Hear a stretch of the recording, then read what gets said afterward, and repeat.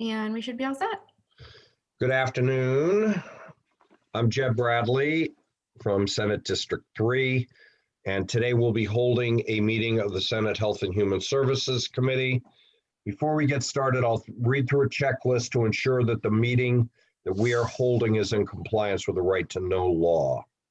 As chair of the Senate HHS Committee, I find that due to the state of emergency declared by the governor as a result of the COVID-19 pandemic and in accordance with the governor's emergency order 12 pursuant to executive order 2020-04 and its extensions, this public body is authorized to meet electronically. Please note there is no physical location to observe and listen contemporaneously to this meeting, which was authorized pursuant to the governor's emergency order. In accordance with the emergency order, I am confirming that 1, we are providing public access to the meeting by phone with additional access possible by video and other electronic means. We're utilizing Zoom for this electronic meeting. All members of the committee and selected legislative staff have the ability to communicate contemporaneously in this meeting through this platform, and the public has access to contemporaneously watch and or listen to the meeting on Zoom or YouTube and via phone by following the directions and links provided on the General Court website. 2, we have provided public notice of the necessary information for accessing the meeting in the Senate calendar. 3, we're providing a mechanism for the public to alert the public body during the meeting if there are problems with access. If anyone has a problem, please email remote senate, one word, remote senate at leg.state.nh.us, or you may call 603-271-6931.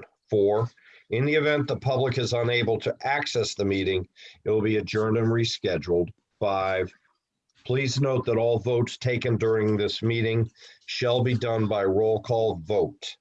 Finally, let's start the meeting by taking a roll call attendance. When each member states their presence, please note, please also state where you are and if anyone else is in the room with you during the meeting required under the right to know law. So I'll start with Senator Sherman. Thank you, Senator Bradley. I am Senator Tom Sherman from District 24. I am in Rye, New Hampshire at my home. My wife and my son are here as well, but they are not in the room at this time. And Senator Gray. This is Senator Gray. I am in my home in Rochester, and in this room I am alone. Let's see, Senator Avard's not with us today. Senator Whitley. Good afternoon, Senator Becky Whitley in my home in Hopkinton. I'm alone in the room, but my husband and son are in the house. And I'm Jeb Bradley. I am alone in my office in Wolfboro. Okay.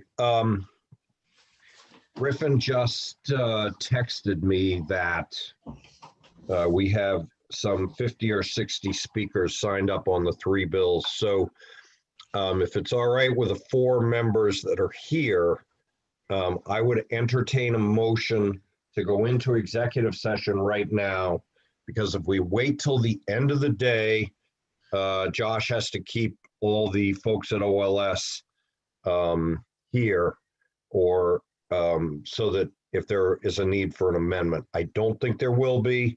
And I don't think this will take that long. So is there a motion to go into executive session? Senator Gray has moved, Senator Sherman has seconded. I'll call the roll. Senator Gray? Yes. Senator Sherman? Yes. Senator Whitley? Yes. And I vote yes. All right, so why don't we start with, if we could, Senate Bill 1, looking for the right amendment, 32.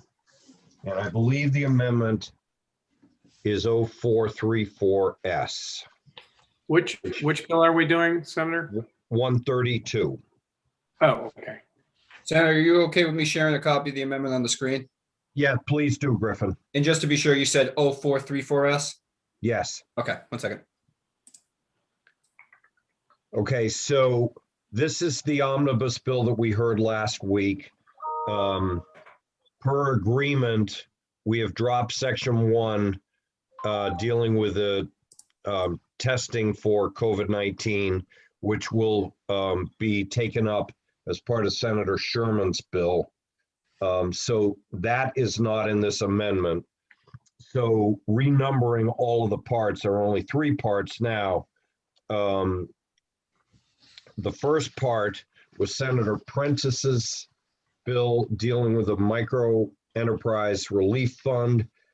She and I worked together, and the changes in this section are increasing the amount of the micro enterprise fund to up to $3 million, and increasing the number of people that a small business would have and the amount of a loan, and to $25,000 and 10 people. I don't believe there are any other changes in that section. Part 2. This was Senator Rosenwald's bill calling for a long-term care audit. The department supported it, but wanted privacy provisions added. While I haven't spoken to Ms. St. Cyr of the department, I know Senator Rosenwald has, and we were given an electronic communication from Ms. St. Cyr about the compromise protecting privacy, and this piece should be good to go. And I did speak with her. okay, thank you. And then lastly, the amendment part 3 is Senator Whitley's, I believe it was Senator Whitley's amendment, that she made some changes, and we put back in the reporting and changed the effective date. Can you just scroll down to that reporting piece to make sure it's the right? Yep. Yep. Great. So in Perfect. terms of the funding in parts 1 and parts 3, it's contingent on federal funds. So I think on that basis, I can support it. Part 2, I believe, was a general fund appropriation of $250,000, but I think that's warranted. And I would, I believe I have shared the amendment with all of the sponsors and the committee, and I think it's good to go. Yeah, thank you, Senator Bradley. I appreciate your support of all the pieces. In particular, our piece, Save Our Grant Stages Fund, is incredibly important to our very small venues that are the heartbeat of our communities. We know that additional federal funding is coming. Some of it's going to be discretionary. We want to make sure that it gets to the people that really need it, those smaller venues that have fallen through the cracks. So I appreciate the committee's support of this portion of the bill. Anyone else? Move ought to pass on the bill, and then I'll move ought to pass on amendment. All right, so Second. Senator Gray has moved on to pass on the bill, moved on to pass on amendment 0434, seconded by Senator Sherman. I'll call the roll on the amendment. Senator Gray, Yes. Senator Whitley, Yes. Senator Sherman, Yes. and I vote yes. Senator Gray moves on to pass as amended. Seconded by I'll do it. Senator Sherman, Senator Gray, Yes. Senator Whitley, Yes. Senator Sherman, Yes. and I vote yes. Obviously, it can't go on consent because Kevin is not here. Who would like to take this out? All right, Senator Whitley, you get to do the honors. Thank you. Thanks to the committee. Okay, so the next bill is Senate Bill 157. That's the bill that we heard yesterday. I think this is a critical bill, overwhelming support. I think it needs to be moved as quickly as possible to keep going through the process. Is there a motion? So moved. All Oh. right, so Senator Whitley has moved ought to pass. And Yes. now the bill is open for further amendment, and I believe Senator Whitley has an amendment that's been shared with everybody, 0421, which Correct. Griffin, you can put up on the screen. And go ahead, Senator Whitley, if you could just, it's pretty clear what it is, but Yep. go ahead. Yep, very clear. So we heard testimony from the Office of the Child Advocate, who has recently received extended jurisdiction over all children's services. She also has a fair amount of staff now in her office, and they are really interested in making sure that all children get what they need. And so we simply added her office to the new reporting requirements under SB 157 and aligned that with the 10-year mental health year reporting. Okay, any questions of Senator Whitley? So Senator Whitley moves amendment 0421, seconded by I'll second. Senator Gray. Thanks, Senator Any Gray. further discussion? All right, seeing none, I'll call the roll. Senator Gray, Yes. Senator Whitley, Yes. Senator Sherman, Yes. and I vote yes. Is there a subsequent motion, please? Ought to pass as Senator amended. Senator Sherman moves on to pass. Is it Seconded. seconded? Seconded by Senator Whitley. Is there discussion? Yeah, I just want to say that I appreciate the committee's support of this, for Senator Bradley for moving it so quickly. We have a massive crisis in New Hampshire. Over the weekend, we had 51 children waiting in emergency rooms. Even one child waiting in the emergency room shows that our system is completely failed. This is a crisis that should have been solved 2 years ago. The funding was there. We need to get it implemented immediately. It's going to take leadership to do that, and we need to move this bill quickly. So I appreciate the committee's support.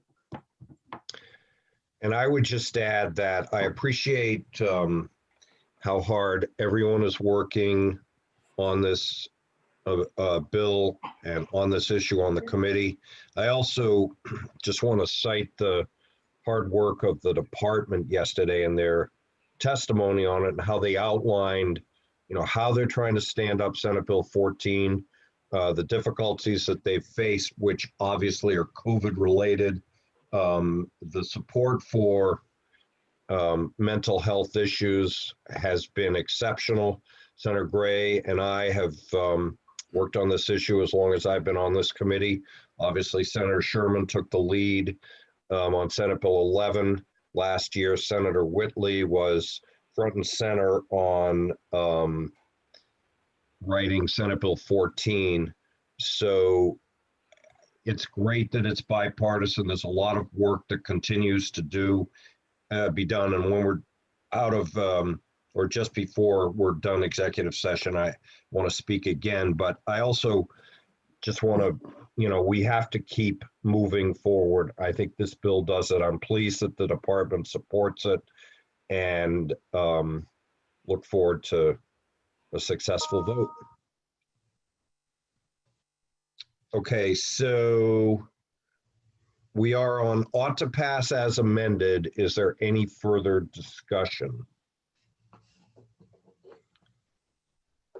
Seeing none, I'll call the roll. Senator Sherman, Yes. Senator Whitley, Yes. Senator Gray, Yes. and I vote yes. All right, Senator Whitley, since it's your bill, you can take this one out Happy also. to. Okay, Senator Bradley.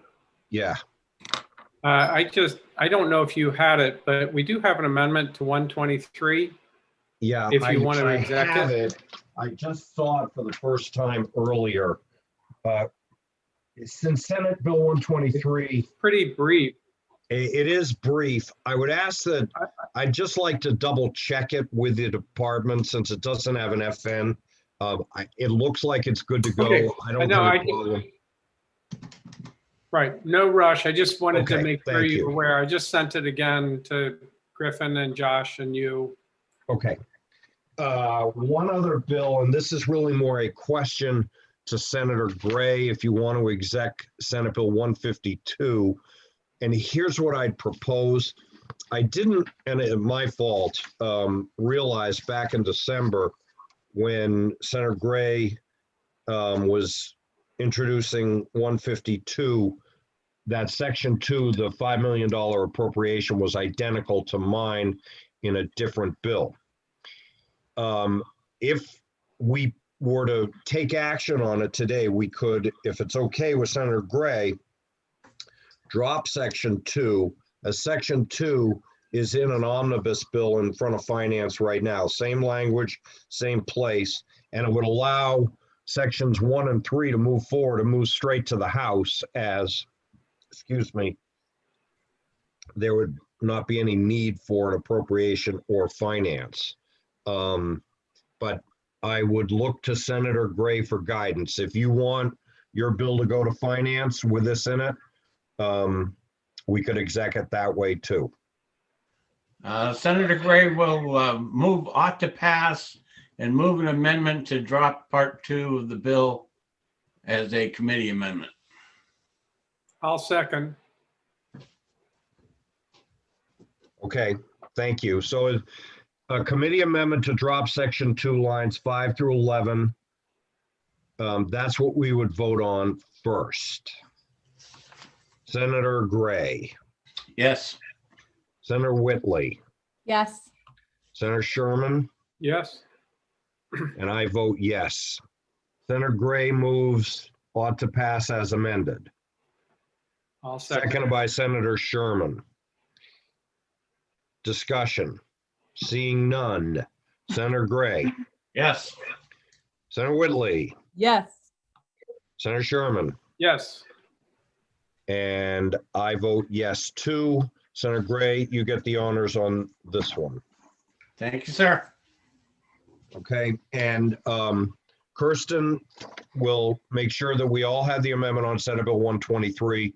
We should be able to exec that the first week in March, and hopefully, I did get communication from Senator Prentice that she's almost completed the negotiations on her bill. After the break, we'll have an answer from Senator Gaida probably, and hopefully Senator Sherman's advanced directive will be good to go. right. We have a final version of that going to OLS today. Awesome, great job. Okay, do we have a motion to come out of executive? Oh, I'm sorry, before we do, I want to just say this. Senator Sherman, Senator Whitley and I have been working with various people on the mental health issues. I think it is time that the three of us and Senator Gray should join in with this, convene a working group that would consist of the hospitals, the community mental health centers, the governor's office, the department. Carriers? And How about carriers? carriers. Yes, and there are probably a range of people, but consider this an announcement that we, the four of us, want to convene this group to deal with the ER boarding crisis and strategize how we can, jumpstart this process that I think everybody is critically concerned about. So contact myself or Senator Sherman or Senator Gray or Senator Whitley. I neglected to add the child advocate, who should be part and parcel of this. And I'm sure there are others that I've forgotten because I'm kind of winging it here. But I hope to maybe even have a first meeting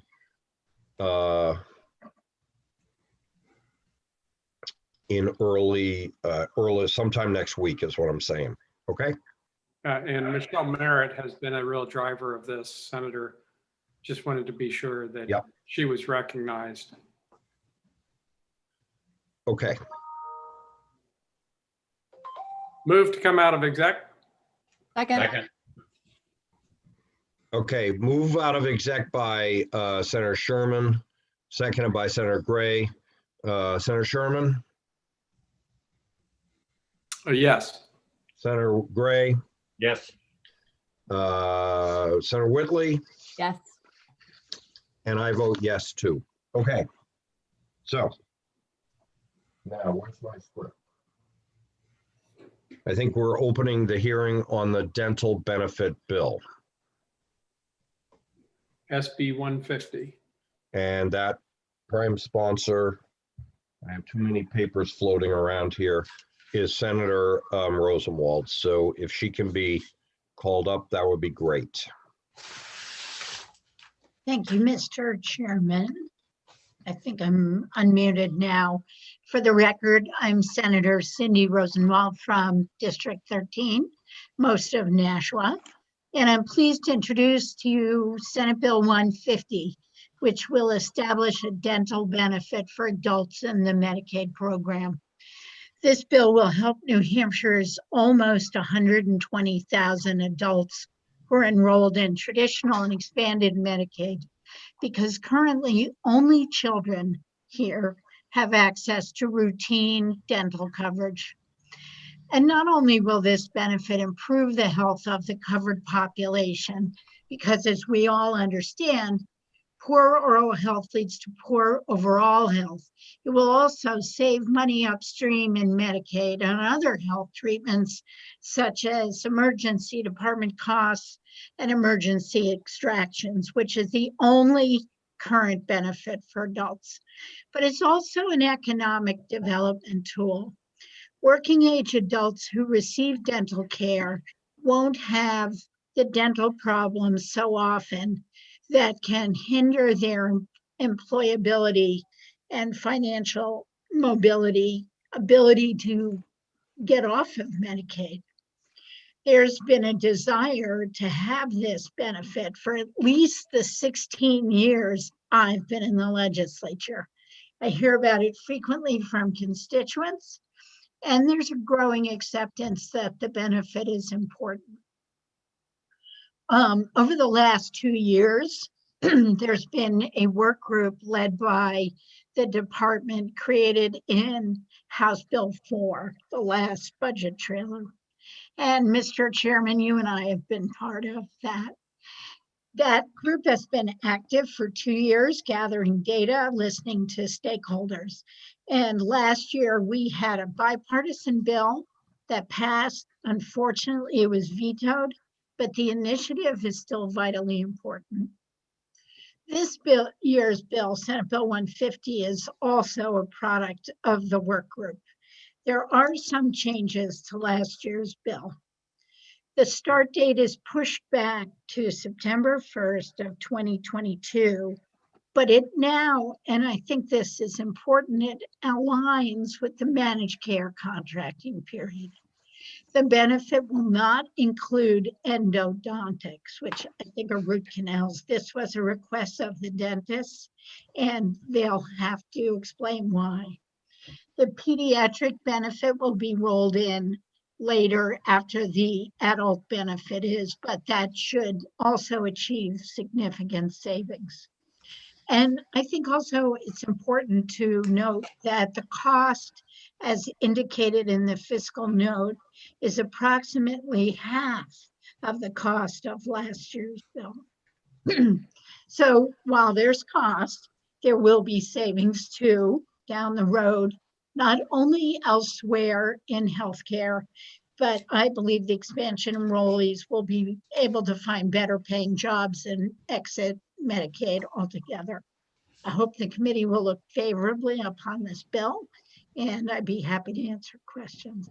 Thank you. Are there questions of Senator Rosenwald? We really appreciate your brevity. And you hit every point really well. Thank you. When I was in graduate school learning to teach writing, The first thing we learned is to know your audience. Okay. Thank you.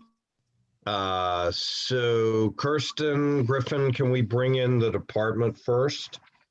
Sure, give me just 1 second here. I believe that would be Sarah Fine.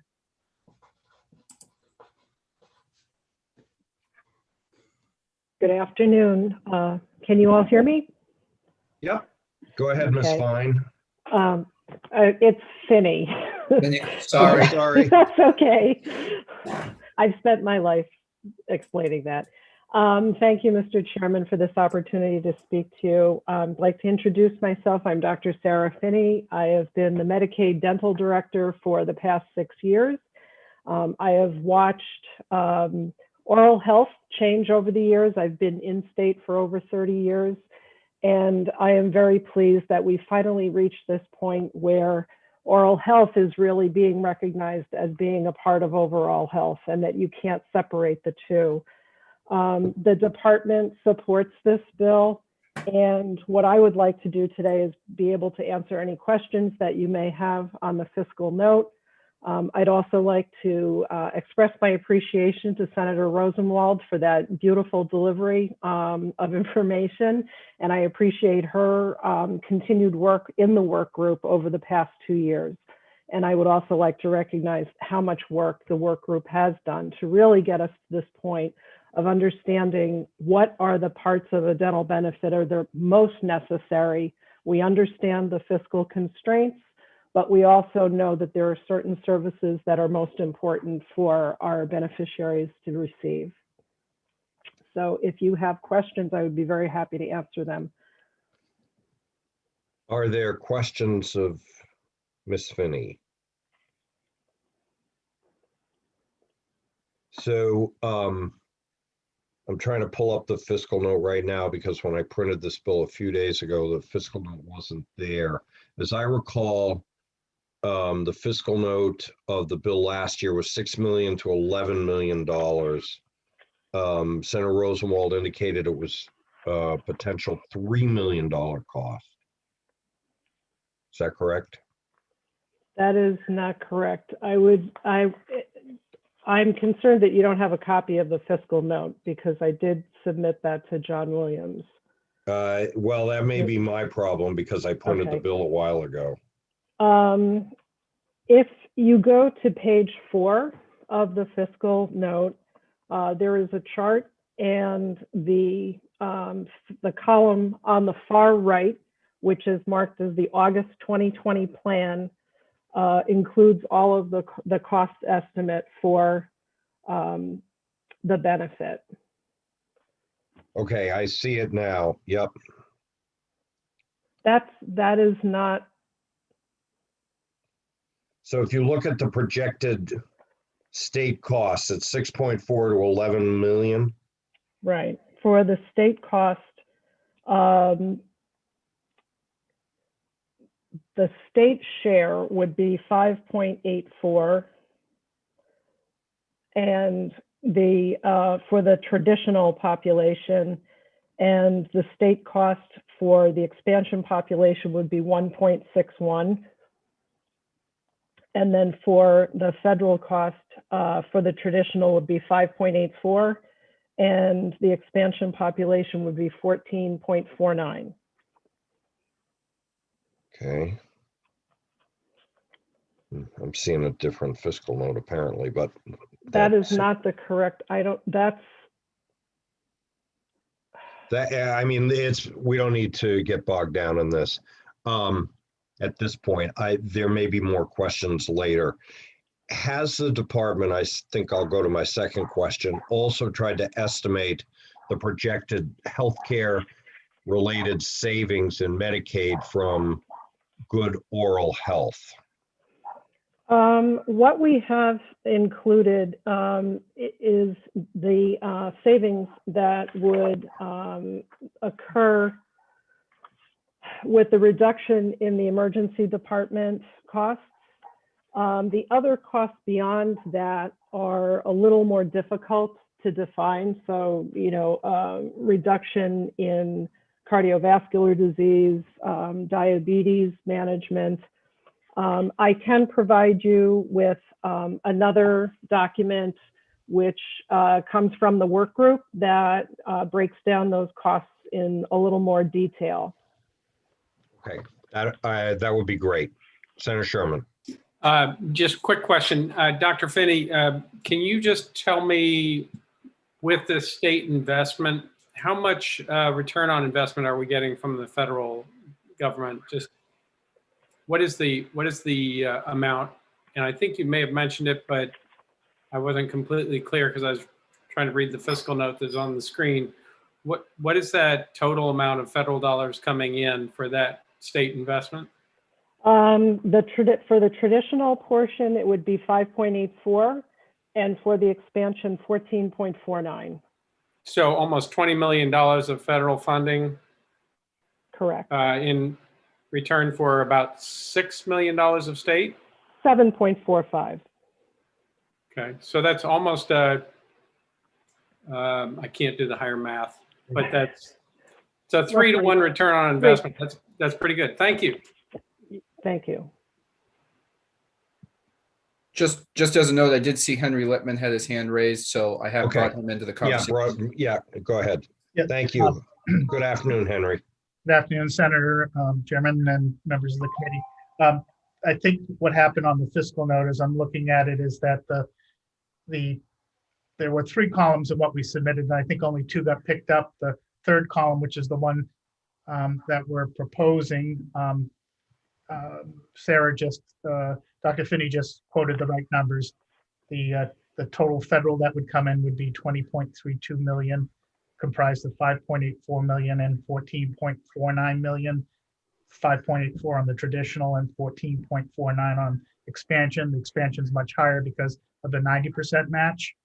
On the state side, 5.84 would be general funds, which is for the standard population, and 1.61 would be the expansion side of it. As you know, the expansion does not use general funds. There is, in our analysis, in the written part of the note, that similar to the expansion population, there could be the use of premium tax to help offset that 1.61 for the policies, and we estimated that at about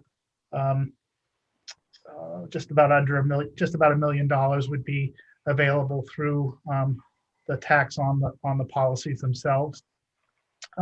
But in terms of the last session, I think the concern was if we would come in with a plan somewhere at the high end at 11.06. With the work that the committee did and working with the senator, we're now at a plan that we feel comfortable at 7.45 million. And I think the date of starting in September would allow us to get back to a more normalized population covered by Medicaid. Right now we're covering, because of maintenance of effort, we're covering almost 215,000 people as of this past Monday, just under 215,000 individuals on both, about 71,500 on expansion and the balance in standard. Okay. Senator Brown. I'm only showing 2 columns, so I think if we could get that updated fiscal note, that would be great. Absolutely. Sorry you don't have it. Yeah, no worries. Senator Sherman. Really quick question for Henry. Hi, Henry. Hi. Director, sorry. Okay. Just a quick question. Currently, Medicaid does have to pay for emergency room and hospital costs of poor dentition in the form of abscess and other dental emergencies that occur. Presumably with preventive care, these would be decreased. Do you have any idea what our current outlay is for this type of intervention, which is, what I would call reactive rather than proactive or preventative? Sure. I think, and Sarah, please correct me if I'm quoting the wrong number, but $2.5 million is spent on extractions and emergency dental treatment. We feel that, that eventually that will be able to be saved, and that would be about, we estimated about 772,000 in general funds would be saved as a result of impacting that 2.5 million. I'll let Sarah add to that if she feels. Nope, that was a very good description. You know, we don't expect to have a realization of zero ED usage for dental treatment in year one. That's going to be a gradual decrease, but certainly, you know, we can expect to see that drop significantly. I'd like to add one more thing about the fiscal note. In terms of the numbers that we developed here, we also, understanding one of our biggest challenges in implementing an adult dental benefit is having an adequate network of adult dental providers. Built into the cost that we've provided is assuming that we would pay a fee schedule that was more normative to a national Medicaid fee schedule for dental, you know, the 50th percentile type of level of payment to attract enough dentists to cover the population. Further questions? Okay, seeing none, I'm sure that we'll need to work with both of you, Dr. Finney and Mr. Lipman, as this bill proceeds. So thank you very much. Thank you very much. Okay, Kirsten Griffin. Nope, no problem. Next person I have signed up to speak is Michael Auerbach. Good afternoon. Can you all hear me? Yeah, we want to know where you are. Thank you. I am at my home. My children are nearby, but they're in the next room watching TV. So we are. Yeah, well, it looks like you're about to go swimming. I put on my tie and everything. So good afternoon, Mr. Chairman, through you to the members of the committee. For the record, my name is Michael Auerbach. I'm the executive director of the New Hampshire Dental Society. I am testifying today in support of Senate Bill 150.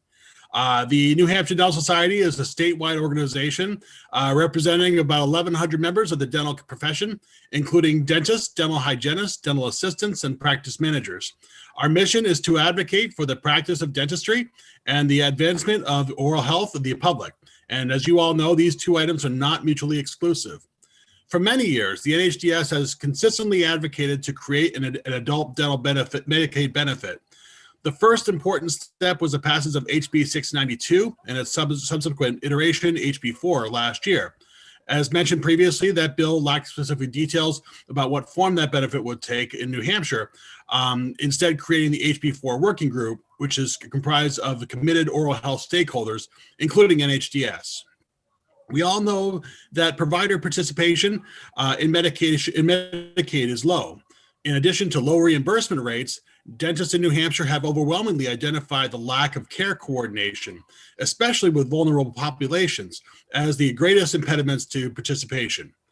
This bipartisan bill represents an opportunity to implement vital patient navigation and case management, streamline the system, and bring the reimbursement rates up to national averages. The NHDS recognizes the fact that pandemic has created an economic environment that warrants austerity and sound fiscal policy. The governor, as you know, reluctantly vetoed this bill in 2020's predecessor, HB 692, last summer with these conditions in mind. Still, we believe that Senate Bill 150 is consistent with the stated need for sound fiscal policy. An adult dental benefit provides thousands of New Hampshire residents the ability to utilize oral health care, strengthen the overall health, and enjoy a greater level of employability in an economy that is starting to recover from last year. An investment in an adult dental benefit would also help New Hampshire keep down emergency room costs and enhance overall healthcare coordination. In short, a modest investment in a dental benefit will undoubtedly yield returns for the people of the state. The New Hampshire Dental Society supports the principle of an adult dental benefit and is working diligently with the HB4 working group to make this critical concept a reality for New Hampshire patients. We hope that you will take into consideration the concerns I just outlined and utilize our dentists' extensive resources. Many of those dentists will be on the call today. Utilize their experience and their knowledge as you move to expand the dental benefit to include adults. We will proudly work with this committee and all legislators to achieve better oral health for the people of this state. So in short, we ask that you vote the Senate Bill 150 ought to pass. And at this time, I'll take any questions. Thank you. Thank you very much, Mr. Auerbach. Seeing no questions. Griffin. Next person I have is Tom Raffio. Good afternoon, Tom. Good afternoon. Can you hear me? We can. Perfect. So I'm in Concord, New Hampshire in 1 Delta Drive, not too far from the State House. And only with me is my trusted IT person, Zachary Gauss, just in case I had a technical issue and I don't, but that's all I have. So good afternoon. Thank you, Mr. Chairman. I appreciate the service all of you have done for the state of New Hampshire during this time and for all times. Also, I appreciate Senator Bradley that you convey what's going on the radio, which I listen to. I want to comment on Senator Rosenwald. I mean, she mentioned she's been looking at this for 2 decades. I've been CEO for almost 26 years and was hoping that one day we would see this day, and we have. And to be fair to Senator Rosenwald, in terms of that 3.1 million number, she was talking about the year 1 and year 2, separately. So if you go with the lower number of about 6.2 million, that's where she got the 3.1 million. That was year 1, and then separately 3.1 million year 2. As Mike has stated, this bill is very similar to HB 2050 last season, which, like many things happening in 2020, didn't make it over the finish line. Northeast Delta Dental is the largest dental benefits insurer in the state. In the tri-state region of New Hampshire, Maine, and Vermont, we're closing in on about 1 million dental covered lives, with about half of those in New Hampshire. We support Senate Bill 150 to finally bring a preventative and comprehensive adult Medicaid benefit to the state. One of our taglines is "Everyone deserves a healthy smile," not just people with their traditional dental insurance, the coverage that I just described. I have a lot more detail. It's in a written letter to Senator Bradley. Senate Bill 150, as Mike mentioned, builds on the important work of HB4, the Adult Dental Benefit Work Group, which we're a part of. Our actuary, Courtney Morin, is a big player in that, to create an implementation plan for the adult benefit. I think this bill is critical next step to finally bringing this much needed benefit to fruition. As Dr. Finney mentioned, it's amazing the amount of medical savings you will get. We can't obviously quantify it, but there's a famous study, the Wakely study, that I've passed on to prior committee members, Senator Sherman and so forth, which basically, as Dr. Finney mentioned, that the conditions such as diabetes, heart disease, chronic kidney disease, asthma, all of that will go down. We can't obviously, quantify it. And at least in terms of the emergency department, which we could quantify conservatively, that would save about $200,000 a year. Also, the dental benefit obviously increases the employability of many working New Hampshire adults. We support including the Children's Dental Program with the adult model for administrative efficiencies and to build a broader provider network needed, as Mike mentioned. There's about 15.9% of the dentists in the state that currently accept Medicaid, and we think we can broaden that. We also believe an estimated 7 to 10% savings on the total cost of the children's program with a dedicated dental benefits administrator, or approximately $1 million in state costs to offset the adult benefit. Northeast Delta Dental is excited to continue this progress put in motion last season, and we're happily a member of the work group, along with all the other stakeholders that Mike referenced. We urge this committee to pass Senate Bill 150, and we thank Senators Rosenwald and Bradley for bringing forth this important legislation and their compelling leadership on this issue for many years. And want to also thank Dr. Finney and Henry. My colleagues, I mentioned my actuary, FSA Courtney Morin, and Alexandra Sonosky will remain on the call for the duration of the hearing if there are any specific questions on some of the numbers that I referenced. But from an overarching perspective, I'm also happy to answer any questions. And obviously you have Northeast Delta Dental support. Are there any questions of Mr. Raffio? Great. Thank you very much, Tom. Thank you, Senator Bradley. Thank you, Senator Sherman. Senator Whitley, and Senator Gray. Griffin, So I did have Robert McLeod signed up to speak, but I'm not seeing him on the list. If he is there, please raise your hand. Otherwise, we will go to Christine Blackwelder. Excellent. Thank you, Mr. Chairman and the members of the committee. My name is Christine Blackwelder. I'm a dentist in Tilton, and I am testifying today in support of SB 150. I'm a general dentist, but I primarily see children, and also 1 day a week I provide mobile dentistry to 5 area nursing facilities in our area. I've also been privileged to serve on the HB4 work group. I've been a Medicaid provider since I moved here. The lack of an actual adult dental benefit is devastating to many of the families I see, whether it be as a teenager who ages out of the pediatric benefit, an adult with special needs, a mother who is trying to obtain employment with missing front teeth, or the frail elderly gentleman I see in the nursing home struggling to take in proper nutrition because of a toothache. All too often, patients seek care for toothaches in the emergency room, as we've discussed, where they leave with a prescription and the need not addressed. This is a waste of time for the patient and the ER, and these visits, as we've discussed, are costly to the state, and the problem remains untreated. There are societal consequences for this pent-up need. Employability is hampered by poor oral health, and the quality of life is diminished. Supporting an adult dental benefit is an economic investment in the citizens of our state. We also know that when parents have access to a dentist, they are therefore more likely to bring their children. And the most important consideration in my mind is overall health. We've talked about the data that shows links between poor oral health and negative outcomes during pregnancy, or patients with diabetes, Alzheimer's, and heart disease. This is an investment in wellness.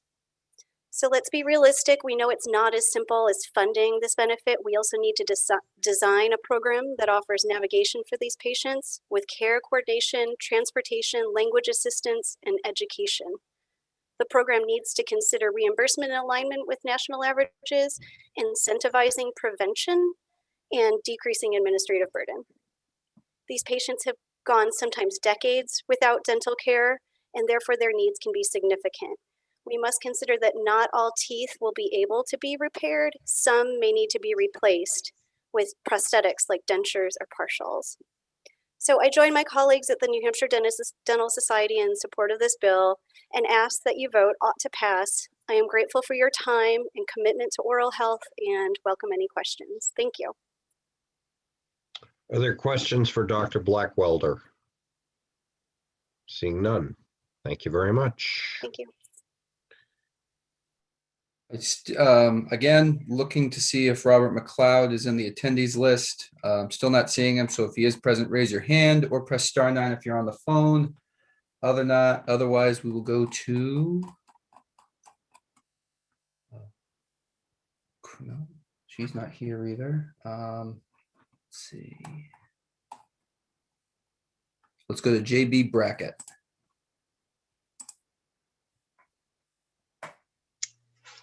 Hello, Mr. Chairman and members of the committee. My name is JB Brackett.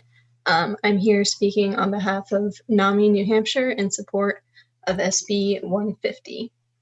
As we've heard several people say already, poor oral health is linked to poor physical health, such as heart disease and diabetes. However, it's also linked to poor mental health. And there are a number of reasons for this. First of all, those with mental illnesses often lose track of their oral and physical hygiene, whether it's from depression or executive dysfunction. It can be difficult for those with mental illness to make and keep dental and physical appointments. And in addition, certain mental illnesses can manifest in compromised immune systems, which leaves populations vulnerable for poor oral health and disease. And as a result, people with mental illness are 2.7 times more likely to lose their teeth. On top of this, just under half of the people enrolled in Medicaid have one or more diagnosable mental illnesses. Establishing this benefit would limit the barriers to those people, creating more accessible oral health care. This could result in higher confidence, leading to better mental health outcomes and a higher chance of people finding jobs in New Hampshire, which would benefit our economy. Thank you for listening, and I'll take any questions if you have them. Questions of Ms. Brackett? Seeing none. Thank you. Thank you. Next up, I have Sarah. Good afternoon, Ms. Breich.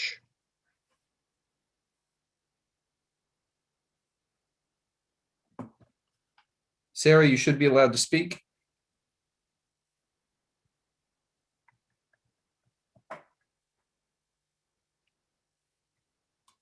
Sarah?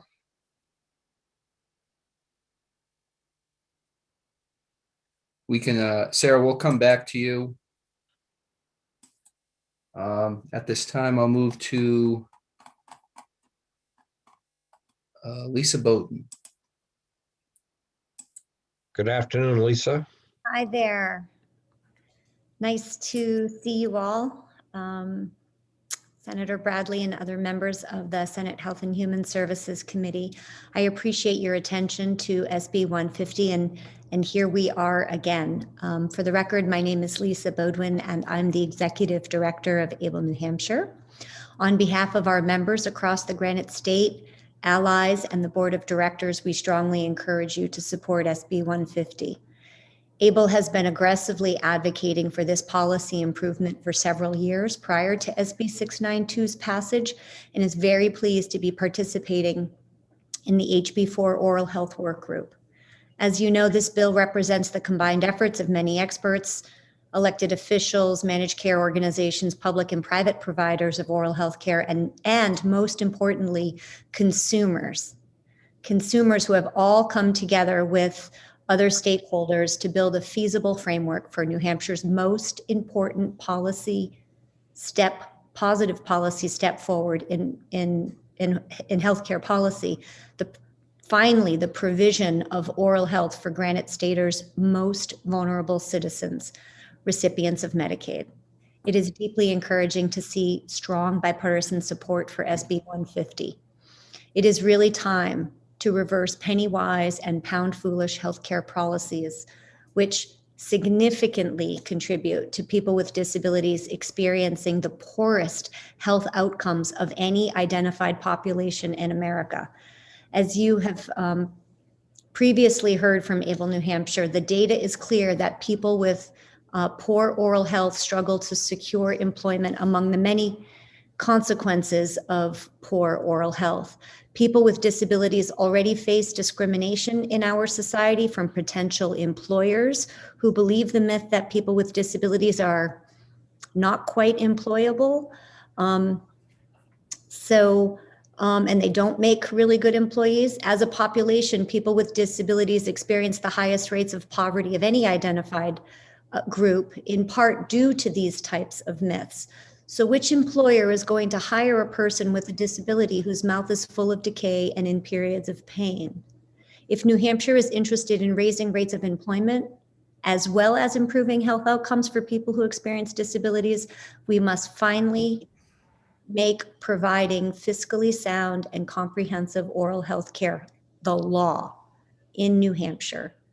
No more delays, no more making people with disabilities and other Medicaid recipients wait. We must make this happen this year. Thank you very much. SB 150 is about equity in oral health. And again, we are asking you to support it. Thank you. Thank you very much, Lisa. Any questions? Seeing none. Thank you. All right, I do see Robert McLeod. He was listed under Bob instead, so let me bring him in. Good afternoon, sir. Good afternoon. My name is Bob McLeod. I am the CEO of Midstate Health Center. We're located in 2 offices, one in Plymouth and one in Bristol. Our dental program is primarily in Bristol, though we have prophylaxis here in the Plymouth office as well. And I just want to take a minute to really state the obvious again, that this really is an important health need that we face in the state. And I think that if we have coverage, we have adults that heretofore were not able to get prophylaxis care or restorative care would get that. And if so, they would save not only pain and suffering on their end, but they would save the system a lot of money, because if you go in the emergency room, you're likely going to spend about $1,500 to get someone out of crisis, out of pain. The other thing is that there are so many other diseases that come out of poor oral health care, including cancer and other conditions that really are serious and invasive and life-threatening and obviously very expensive. So I know in many ways I am preaching to the choir here. I know you all support good health care for our citizens. And as a federally qualified health center, we're very committed to providing care. And we would like to really measure success, not by the number of teeth that we extract to get someone out of pain, but by keeping a healthy mouth full of teeth that not only help from a health standpoint, but also help from a societal standpoint. I just know it's very difficult that if you don't present well and if you have poor oral health and you have a lack of teeth in your mouth, that it's also very difficult to obtain a job, and not to mention other issues that come about. So thank you very much. I apologize for being a bit tardy at this hearing, and happy to answer any questions you all have. And thank you for the good work that you do for the state of New Hampshire. Thank you very much, sir. Any questions? Seeing none. Go ahead, Griff. Next I have is Lori Rosado. Good afternoon, ma'am. Lori, you should be able to unmute on your end. Yep, I'm on mute. Thank you, Mr. Chairman. You guys all hear me okay? Yep. Okay, great. So a lot of my points have already been touched upon, which was wonderful. So I'm going to be brief. I'll just say that, you know, in creating an adult Medicaid benefit, one of the most important things to also consider in this is the overall package of it. We want it to start off on the right foot, which means incorporating coordination and navigation in the Medicaid system so that these patients can get the care. It's one thing to give the benefit. These patients need to be able to have a system they can navigate. So oftentimes that means having a coordination system that they can reach out to, because that's where they get lost. We know that we can find dentists to treat the patients, especially if we have a benefit package put in place, but it's allowing, making the system work for the patients. And I think that that has to be considered as part of the package.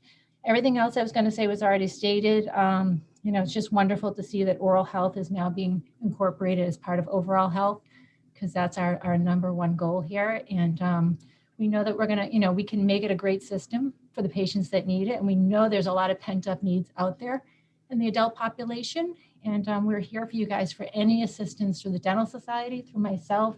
There's several private care dentists that take Medicaid, like myself, that would be happy to help. And that's it for me today. Thank you all so much.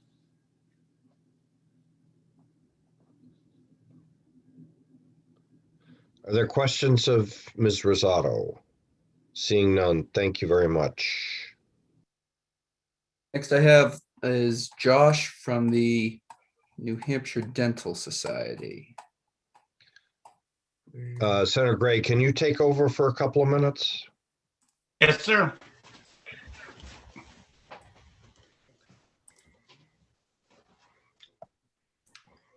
Josh, you should be able to unmute on your end.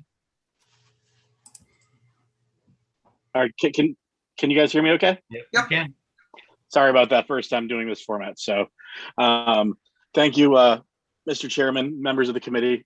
For the record, my name is Dr. Joshua Osofsky. I'm the president of the New Hampshire Dental Society, and I testify today in support of Senate Bill 150. Both as president of our organization and as a Medicaid participating dentist, I appreciate the long-term value of an adult benefit to our New Hampshire residents. Medicaid eligible patients live on that razor's edge between oral health and urgent oral health care needs. We saw this fact all too clearly this past May of 2020, when the dental practices reopened. Our offices saw a tremendous influx of Medicaid eligible patients contacting us, needing emergency root canals, extractions, other critical services. These procedures likely would not have been necessary had the patients had means to utilize routine preventative oral care through a viable Medicaid program. Of course, the benefit must be one that appeals to prospective participants. For example, dentists across the state agree that reimbursement is a major issue, but of course, this is not the only one. Care coordination is another significant barrier to dental participation. We're encouraged that this bipartisan bill represents an opportunity to implement vital patient navigation and case management, streamline the system, and bring the reimbursement rates up to the national averages. Senate Bill 150 takes a strong step toward us providing thousands of New Hampshire residents the ability to utilize oral health care, strengthen their overall health, and enjoy a greater level of employability in an economy that is starting to recover from last year. We can also help New Hampshire keep down emergency room costs, enhance overall healthcare coordination. As a dentist who sees a large volume of Medicaid eligible patients and their children, I believe that even a modest investment in a dental benefit will undoubtedly yield returns for my patients. The New Hampshire Dental Society supports the principle of an adult dental Medicaid benefit and is grateful to the sponsors and supporters of Senate Bill 150. I hope that you will take into consideration the concerns that I've just outlined and New Hampshire Dental Society's extensive resources and experience as you move to expand the dental benefit to include adults. I strongly believe that an adult benefit crafted in such a way that it fosters dentist participation in Medicaid is needed in our state. I say you vote ought to pass. I'll answer any questions, and thank you so much for your time today.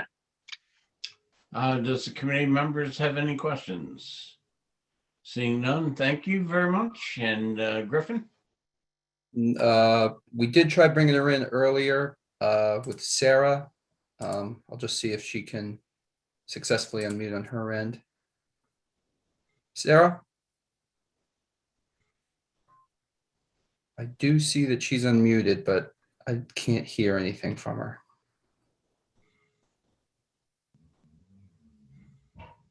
Sarah? I think what I'll do, Senator, is I'll go back to her at another time. The next few people I have signed up to speak, I'm not seeing them in the attendees list. So if you could raise your hand or press *9 if you're on the phone, that would be great. I have Dr. Travis Harker, Christine Reyes, and Kathleen Mendoza.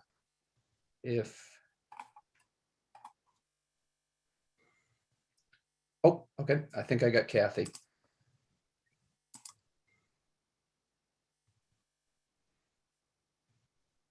Kathy, are you there?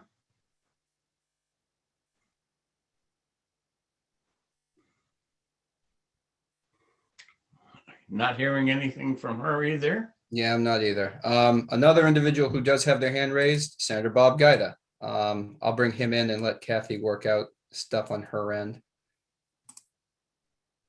Some of the people who are having difficulty, sometimes that's solved by logging out and then logging back in. So Senator Guida, you're up. Thank you, Mr. Chairman, members of the committee. For the record, Bob Guida, Senator from District 2. I'm be very brief. I've spoken to a number of dentists who would very much like to allow citizens to avail themselves of their services. There seems to be a problem that needs to be addressed, and that is the problem of cancellations. Sometimes patients, because of reasons, no transportation or whatever, will cancel their slots, their scheduled appointments. They won't notify. And so these dentists have asked that there be some mechanism included after a certain number, maybe 2 cancellations without notice, that the person is no longer eligible for the program because those slots are not recoverable, and the revenue that's lost to those dentists does impact their practices. Just something to consider for the committee, and I thank you. Okay, thank you.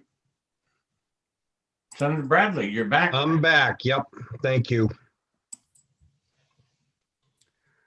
Go ahead, Griffin. Let's see, again, I do have people sign up to speak. Dr. Travis Harker, Christine Reyes, and Kathy Mendoza. Kathy still has her hand up. I'll try her one more time. One question, Griffin. Is there anyone in opposition to the bill? Wishing to speak? Yes. Based on the sign-in list? No.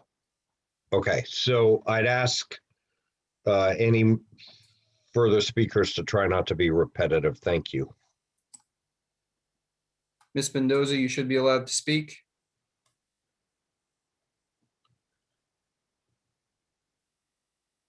Ms. Mendoza, if your audio is not working on the computer, I recommend calling in by phone. And then if you raise your hand, we can call on you and you may be able to speak that way.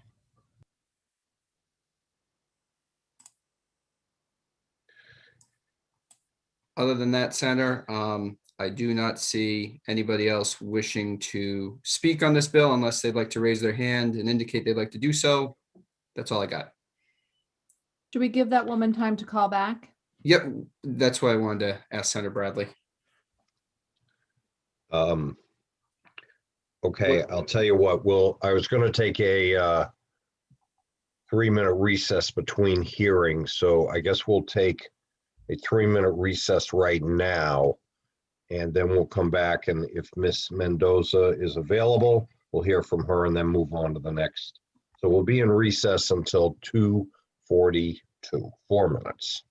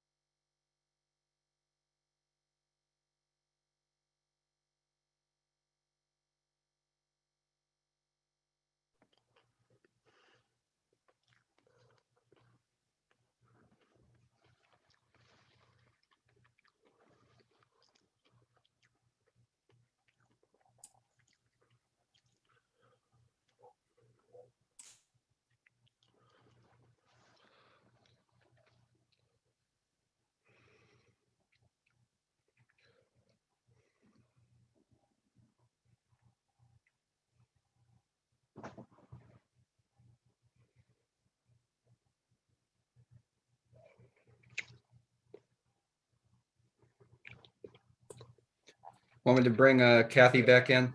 Yep, Senator? that'd be great.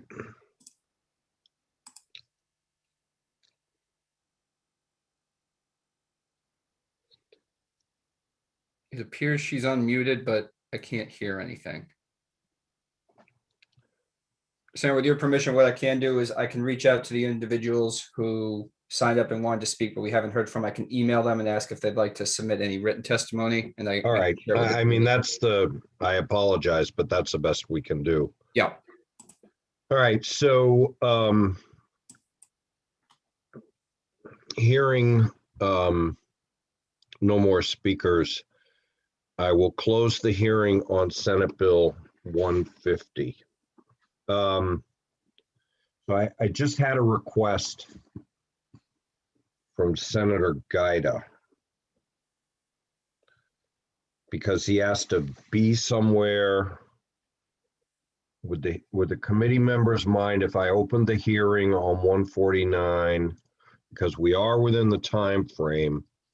Let Senator Gaida speak to his section and then recess it and go back to 144. Does anybody have an issue with that? Fine with All right. me. All right. I'm in that case, I'm going to open the hearing on Senate Bill 149. And I'm going to recognize Senator Gaida to speak to his section of Senate Bill 149, which is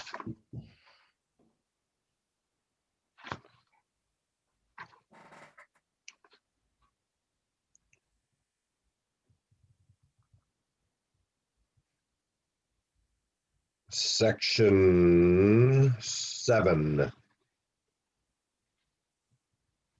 Thank you, Mr. Chairman, members of the committee. For the record, Bob Gaida, Senator, District 2. Section 7 of the bill is a very important piece of legislation. It deals with the prescription drug monitoring program. I've chaired several commissions, I should say working groups, involving stakeholders across the spectrum since my arrival in the Senate here 4 years ago. And we've worked through the process of taking the PDMP data, which is very, very, very carefully protected as the intent of the legislature. We are facing a situation where if we do not pass this section of the bill, we run the risk of losing funds for Medicaid because this bill enables hospitals and providers to access the PDMP via their electronic health records. Okay, it makes it electronic instead of manual filing. It's a federal requirement to maintain funding after the end of this year, this calendar year. And so that is an important piece of legislation. As presented, there was concern with the fact that the department appears to be heading for HHS. And for that reason, the bill does things, but does not enable HHS to access the data. The PDMP Advisory Council has not had an opportunity to review, and therefore HHS, in concurrence with, I've spoken with both John Williams and relevant members, I believe Melissa St. Cyr as well, that they're okay with the fact that HHS will not have access at this iteration of this document, because moving it over to HHS in and of itself is a pretty significant move. I'd be happy to take any questions from the committee. Seeing no questions, thank you very much, Senator Gaida. Sorry. Oh, okay, quick one. Well, I just wanted to clarify how this aligns with what we passed in SB 45. I think as well, it's aligned. It's aligned as well with that. These bills are both good bills. Again, with the stakeholders' approval and the need to move ahead with getting the data out to where it should be and not where it shouldn't go. Okay. Thank you very much, Senator Gaida. I think Senator Carson had a similar issue, and I know this is sort of outside the normal protocol, but try to do the best we can here. Senator Carson. Good afternoon, Mr. Chairman. Can you hear me? Yes. Okay, thank you. Thank you very much, Mr. Chairman and members of the Senate Health and Human Services Committee. I'm here this for the record, my name is Sharon Carson, and I have the pleasure of serving Senate District 14, comprising the towns of Londonderry, Hudson, and Auburn. And I have for your consideration today part of Senate Bill 149 FN, which is Part 4, LSR 210936, relative to automated pharmacy systems. This section would allow for the use of automated pharmacy systems in long-term care facilities, hospice, and correctional institutions.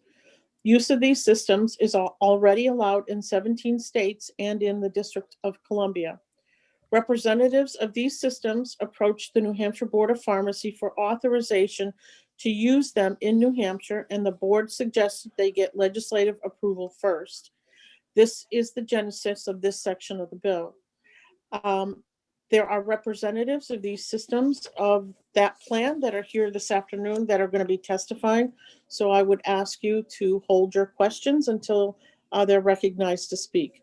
Thank you very much, Senator Bradley. Thank you, Senator Carson. Seeing no questions, thank you. Okay, so we're going to recess the remainder of the hearing, and there are a lot of people signed up to speak on that, and move to Senate Bill 144, open the hearing on that, and recognize Senator Whitley. Thank you, Mr. Chair.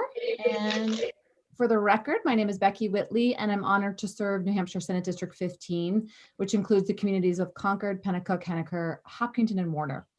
Today, for your consideration, I'm introducing SB 144. Ooh, my computer is doing something. Excuse me. I'm introducing SB 144 relative to child care scholarships.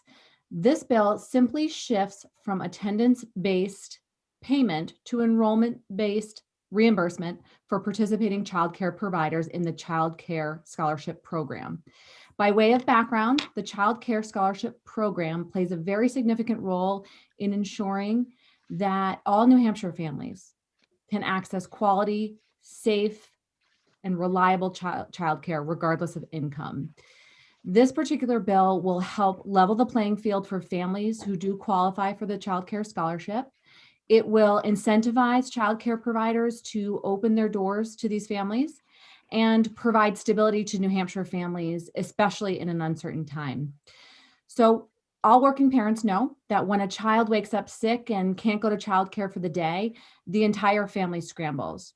For families who are living paycheck to paycheck, a missed day of childcare not only means a missed day of work and often pay, but for those relying on state tuition scholarships to help pay for childcare, it also means that the family may be responsible for paying full tuition for the missed day of childcare. This is due to a state policy that only covers tuition for days the child attends childcare, not missed sick days. SB 144 would help make sure families do not lose the child care scholarships for their child's sick days. I don't have to go on about how important early care and education programs, including childcare, are for New Hampshire families. It helps prepare our children for success in school and in life, and also allows parents to work. But high quality childcare remains a large financial burden for many working families looking to find a safe and nurturing place for their child, and forces many families to make very difficult decisions about whether to remain in the workplace or leave because quality, safe, and affordable childcare is just out of reach. Unsurprisingly, the burden of childcare often falls on women when their family cannot afford or find childcare, and this has only been exacerbated by the pandemic. I will note that the pandemic has also illustrated just how essential childcare is to our economy, because when all of a sudden no one had it anymore, we were all scrambling. When childcare centers and providers were shuttered and schools were closed last spring, it became immediately apparent how important childcare is to our economy. Unfortunately, the pandemic also exposed how fragile New Hampshire's childcare system really is and the urgent need to solidify the sector.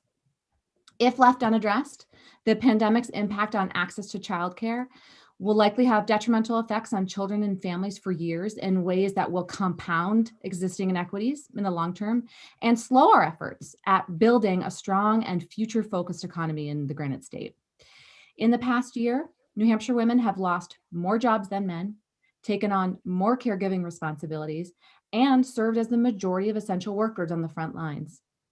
As policymakers, we have an obligation to rebuild our economy by removing structural barriers and failures that exacerbated COVID's devastating impacts. And frankly, we can't afford to move from crisis to crisis in New Hampshire. The future of our state depends on it being an attractive place to live, work, and raise a family. Because we know when New Hampshire's children and families thrive, New Hampshire's workforce and economy prosper. Building a more sustainable childcare infrastructure and creating policies that support caregivers to both provide and care for their family members are critical for Granite State working families and central to rebuilding and sustaining our economy. So I will note that Representative Mary Jane Wallner, who is a co-sponsor of this bill, she really wanted to be here and testify, but she is receiving her first vaccination. So she just wanted me to mention to the committee she apologizes for missing the hearing. I will also note that the fiscal note attached to this bill, you might hear from some additional folks that we just want to hear some more from the department about how they arrived at that number.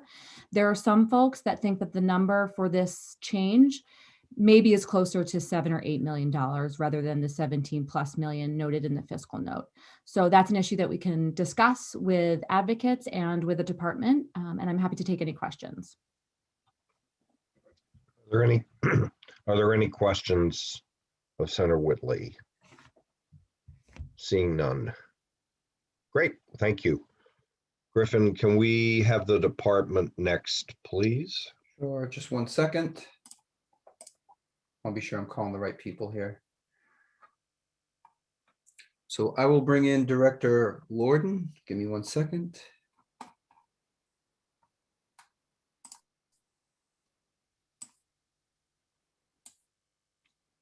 And I'll bring in Christine. Just give me a second to find her. Yep, there she is.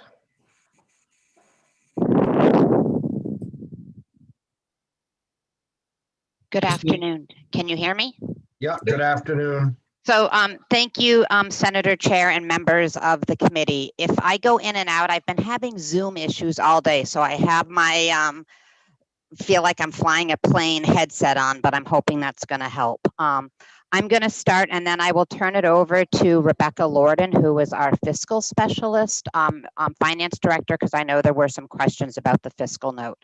So I just want to start by saying that the department agrees with the goals of Senate Bill 144 to bring dependable resources to childcare providers. This was critical prior to the pandemic. It is now during the pandemic, and we know it will be in the future. The department, though, is neutral on this bill, and we are concerned that there are no funds appropriated with it. I want to emphasize that the state has been providing critical funding to the childcare industry since the onset of the pandemic, recognizing how critical it is to families whose children aren't in school, to working families. To date, an additional $45 million has been invested in the childcare industry in a number of flexible ways.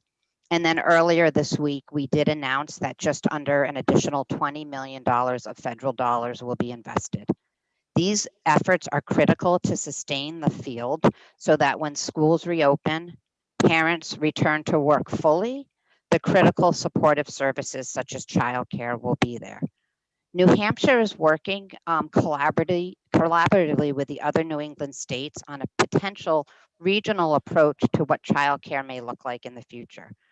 For example, things we are considering is how is supply and demand matched, meaning is the right type of childcare available and resources accessible at the right location and time. Many of you know that New Hampshire has a high tourism-based economy, retail, and some of those hours don't coincide with typical childcare. Is there a greater need for family childcare? Is there a need for formal partnerships between large centers and family childcare? What is the role of business and communities? And how do we ensure we increase capacity, strengthen a system that was fragile pre-pandemic? These are all very important answers that we have to answer, and we need data to help us inform policy decisions. And there's a number of groups that are working collectively and collaboratively to try to figure out what will childcare look like post-pandemic. We know we can't go back to how it was. We know we need to do something different. And so there's a couple of those initiatives that are happening. And one of the concerns is that we pull one policy lever without understanding all of the policy levers that may be available to working families. So one of those policy levers is the cliff effect. And this was outlined in House Bill 4, that the department is required to develop a plan to close a cliff effect. This was well underway pre-pandemic. And then when the pandemic hit, we decided to expand the analysis in this cliff effect. That analysis will be completed later this month, and the House Bill 4 Working Committee will develop policy recommendations. And many of those are related to childcare, and enrollment-based payments is one of those recommendations. At the same time, there's a working group called Reimagine Childcare, which will really assist with what the future needs to look like. And that some of those recommendations should be into play. And finally, there's the Council on Thriving Children. So I think while the policy change in Senate Bill 144 is just one tool to strengthen childcare, all tools must be put together in a comprehensive plan for an overall strategy, and that we use the time over the next year and a half to use all that we have to learn to make the right policy changes. Rebecca, I don't know if you have anything to add on the fiscal note or if there's any questions regarding that.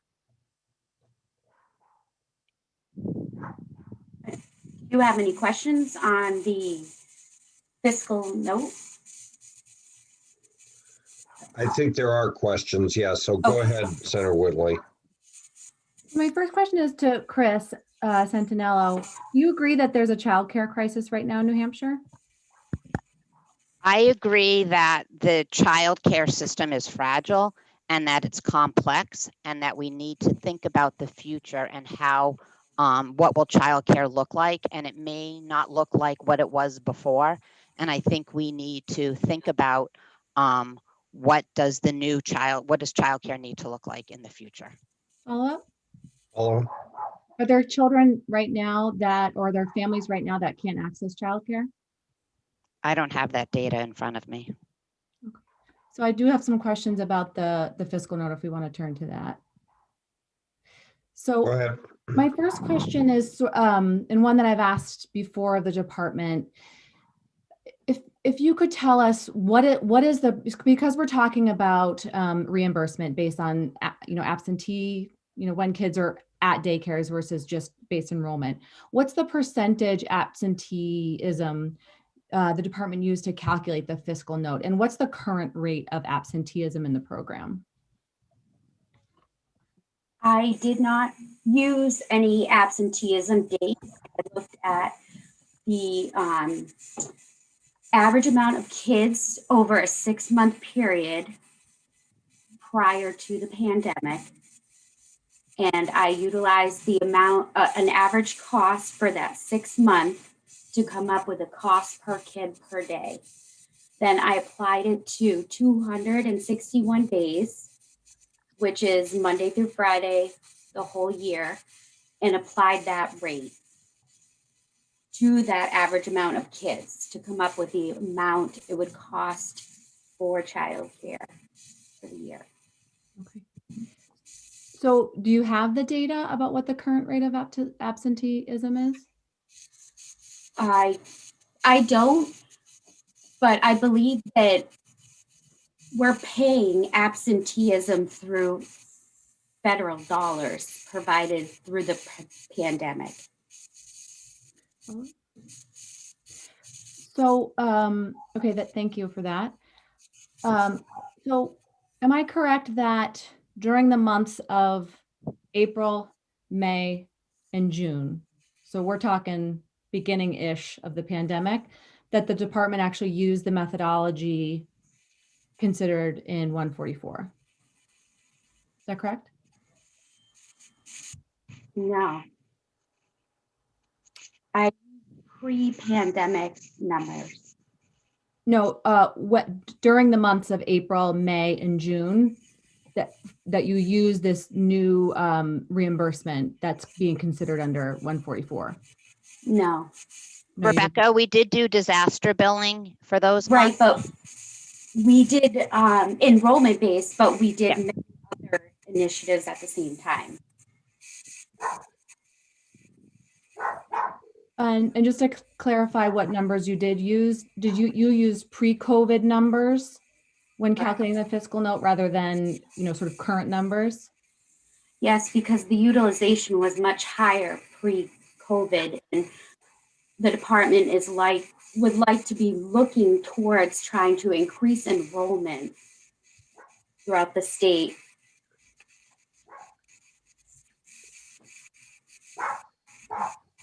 And my last question is, the program, the line item, it's not an entitlement, so it's a capped line, correct? It's a block grant. Right. So when the dollars run out, there might be a wait list, correct? Correct. Thank you. And then lastly, are you aware that the governor's budget actually cut the child care scholarship line? They did not fund the prioritized need for protect and prevent population. Thanks. No further question. Senator Sherman. You're muted, Tom. Thank you. I think it was Rebecca who answered that. I'm sorry, I didn't understand the explanation you just gave for Senator Whitley's question on the governor's budget. The budget the agency brought forward also had an additional prioritized need, and that is what the governor did not fund. And that was for specific population, which doesn't qualify for the CCDF funding. Paula? So that would have broadened the base of children that would have been covered under the program? Excuse me? That would have increased the number of children that would have been covered under the program since they didn't qualify under the other program? These children are DCYF children. They're in a preventive or a protective case, and they don't qualify for the Child Care Development Fund Scholarship Program. Further? Yeah, actually, this is a little bit of a shift. One of the things that struck me was the structure of this bill is enrollment based. One of the problems is that right now you're paying almost on a per diem rate, it sounds like, with no accommodation for absenteeism. So that's what stretches, that's what makes the enrollment based more expensive because you're assuming that you're paying for every day. I'm wondering, have you considered, or do you currently have, similar to what an employer would do, where you have, I guess, paid leave or paid, gosh, that term just scares me. But what I'm thinking of is, do you have a program right now so that if somebody can't take their child because the child is sick, that you will still pay that? Or is that, as Senator Whitley said, is that completely covered by the parents? I guess I'll stop. Previously, we're about to roll out 85% absenteeism, so we would cover up to so many days or hours a month. But the pandemic hit right around the same time as we were implementing that. So I don't believe we would have any data on how many families might have utilized some of those absenteeism days. Can I jump in? Just to clarify, and I'm not sure if Deborah Nelson is actually unmuted. She's the bureau chief. We do have, so right now, because we're in the pandemic, we have a mechanism that if a child care center or program has to close due to a COVID closure, we have a mechanism to pay that. On top of that, we were implementing and have an absentee billing, which I believe we allow up to 10 days a year. And I would like Deborah Nelson to confirm that. But because of the pandemic, some of that data is hard to sort out. And that was just ready to start in the summer. So we have that mechanism built in, but with the pandemic, it just gets a little confusing, right? You know, for which pot it's coming out of. Does that help? Yes. So what you're saying is that the concept that I was asking about already exists, but it has not been implemented because of the pandemic. I'm going to defer to Deborah to see if it has started or not, if she's on the line. But I think the difference with that than to what Senate Bill 144 proposes is that it's a time limited, it's 10 days, it's not enrollment based all the time, which is what Senator Whitley in this bill is proposing. Yeah, I understand that difference. Is So- Deborah? Yeah, Griffin. I am. Can you hear okay, me? thank you. Yeah. Oh, good. Thank you. I couldn't see if I was unmuted or not. And thank you, Senator Bradley and members of the committee. Deborah Nelson, I'm the bureau chief. So I'd like to clarify. So the Bureau has always had an absentee policy. And this past couple of years, we were told by the Office of Child Care that it wasn't quite in compliance with the spirit of the requirements to cover absentee for children. States were given various options. You could create your own options. You could pay full enrollment, or you could do what they call 85%, meaning if a child attends 85% of his or her service level, then the program gets paid as if the child was there all the time. So that's the full enrollment. New Hampshire had this version that we created, and so we just changed it. It went into effect August 1st. However, the absentee exploded. In the beginning, there wasn't as much absentee, but as the pandemic progressed, more and more absentee happened, and providers are saying, wait a minute, the 85% isn't working because, this child's going to be out for 2 weeks. This was built to have 21 hours at full-time service level per month, with the bucket refilling every single month. So every single month, the child could have, if they were full-time, 21 hours, and all through the year. So that was much more generous than our last policy. But because of the way the system was set up, programs said, wait, going to be out the whole week and the next week. So we went to that emergency policy of full enrollment paid up to 10 days absent due to COVID. So that's where we are. So we're paying that. And also, if the child is not absent due to COVID, they just bill right through the regular CCDF billing system, and they get paid absentee days. And I just want to say, if I may, that this has been an issue that the department has revisited a number of times, and if I may, the states across the nation are always looking at this, because I think nobody would disagree. We want to provide as much stability to families and kids being able to attend childcare without families getting stuck with the bill if their child is out, and also to stabilize programs so that they can count on that payment. However, we did the latest research. We were able to have our National Subsidy Center tell us just this week that of all the states and territories, only 6 pay on enrollment based, only 6, and 3 of those have wait lists, and the other 3 do not. So I think it's not that, I think our colleagues across the nation wouldn't say, yes, let's do this. It's been a financial issue all along. Okay, thank you very much. Thank you. Yeah. Griffin? Sorry about that. So next person I have signed up to speak is Janine Lesser. Good afternoon, Ms. Lesser. Good afternoon.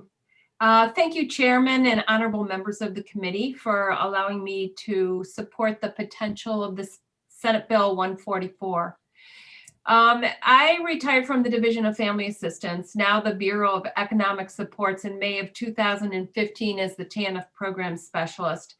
And what I would like to speak to is the difficulty of families who are trying to work themselves into full employment in accessing childcare services. It was good to hear what the department is doing now. It sounds like they've made great strides since I was there. But there is an intersection between the reality of childcare, which is a business, and the multiple problems that very severely low-income families face when they are trying to get a foothold on the ladder to employment and a stable income. Childcare is a business. Childcare providers are people who are primarily oriented towards caring for children and families, but they must depend on the bottom line to keep their doors open. The fixed costs of providing childcare services dictate the fees that providers must charge, but parents almost universally have a hard time paying these fees. Low-income families, on the other hand, have a whole additional set of realities with which they must manage when securing and maintaining employment. For example, we all know how crucial cars are in our rural state. They have automobiles that are always on the verge of falling apart. They break down frequently and require expensive repairs if they have a car at all. The correlation between poverty and sickness is well documented, and a lack of access to stable health care results in frequent bouts of illness for both parent and child. I think we're all aware of the extreme short supply of affordable housing in our state, unstable and low quality housing when you cannot pay for it. It leads to frequent bouts of homelessness. There's a higher prevalence of chronic mental illness, and these families frequently lack stable connections to a community and to a network of dependable adults and families who can offer information, emotional support, and shelter in times of trouble. These problems frequently pile up on one another and cause them to be absent for longer periods of time. When they're absent for longer periods of time, when these problems start piling up, they drop out for a period of time, and these service levels, I think that they're still billing service levels, and they end up paying with a very large bill that they cannot pay. This causes them to either not show up. It causes providers to not want to provide services to them, and it makes it that much more difficult for them to stabilize care for their children, frequently putting them in the hands of very unsafe situations. You can understand how providers would have a problem accepting these families when they know that there's going to be problems, but it makes it almost impossible. Paying on enrollment as opposed to attendance will stabilize both providers and families. I think it's hard for us sometimes to understand the problems that these families are trying to manage in the face of going to work, but a stable scholarship program that's based on enrollment is a big step towards allowing them to secure and maintain the employment that they need in order to grow. Thank you. Questions of Ms. Lesser? Seeing none. Griffin. Next person I have signed up wishing to speak is Jackie Cowell.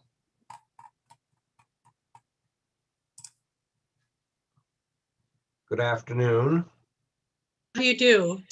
I'm Jackie Cowell from Early Learning New Hampshire, and I'll be brief, but I really wanted to highlight enrollment-based versus attendance-based. This is how most families using childcare do pay, except for the folks that are receiving state childcare scholarship assistance. So if you're scheduled Monday through Friday, whether you show up or not, normally you have to pay the Monday through Friday, except for very few absentee days through the year, maybe 10 total, 2 weeks. The other thing, you may be scheduled for 2 days a week or 3 days a week. That's what enrollment means. So I do question and would love to have someone really look at it closely, the fiscal note, because it's expecting everyone to be there 5 days a week. That's not what enrollment based means. It means what you are scheduled to be there for. And so again, some of they're not there full day, full time. So I would really want that to be looked at. The other quick memory I have is that back in the economic recession, 2008, 2009, the department did look at this because this is a recommendation of the Federal Office of Child Care, that this is the best way to provide the service and get stability and get them off of state assistance permanently. Based, but we looked at it, and I do remember the department, they didn't have a real good system, but I think they went week by week by week and did a best guess calculation, and most they were absent maybe 10% of the time, and so even if they're absent 20% of the time, that's 1 day a week. That's not what happens in the real world. These are working families. You have to be, so the cost back then, when there was about 6,500 kids, right now there's less than that. As you saw, the calculation of the fiscal note was 4,400 some. It came out to be about 5 million. Because again, the total that's in the child care state budget, and Senator Whitley, if I could answer your question, or perhaps it was Senator Sherman, I apologize. You asked about the next governor's budget proposal. He not only did not add the additional prioritized needs that had been mentioned by Rebecca Lorden, they also cut the current employment-related child care scholarship line by almost $8 million per year. So going from 34.5 million down to 26 million. So the fact that this was the department's proposed agency submission.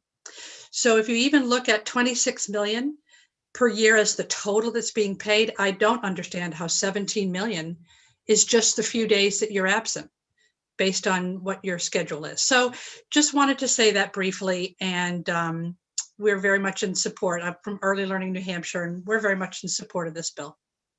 Thank you. Senator Whitley. Thank you, Mr. Chair, and thank you, Jackie, for your testimony. I'm wondering if you could clarify, I think you said something about there's some federal guidance about this type of policy. Could you repeat that? I sure can. And so, and I can send something afterwards, but payment policies based on enrollment rather than actual attendance. It's allowed under, I'll say it, but I can send it to you. It's section 98.4512 of the final CCDBG rule. That's the federal rule, Child Care Development Block Grant. So this is their recommendation that there'd be an enrollment-based payment. Great, thank you. Follow up? Further? Thank you, Mr. Chair. And thank you for taking another question, Jackie. So I don't know if you've run through the numbers. I know you work in this field and have spoken with a lot of providers.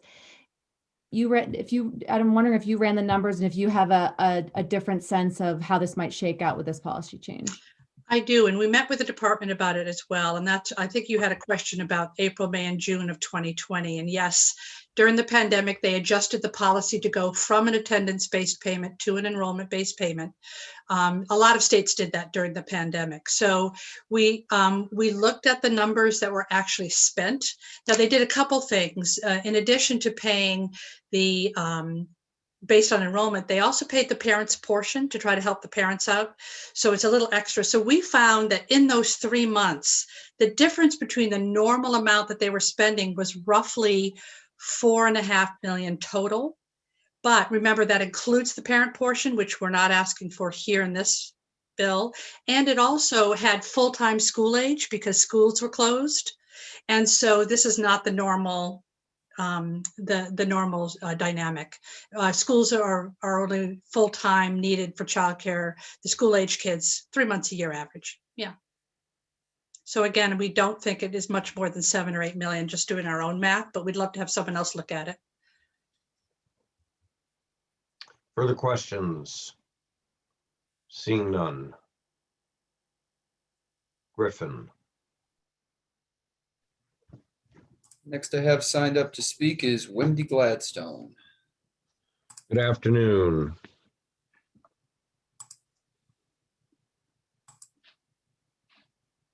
Good afternoon.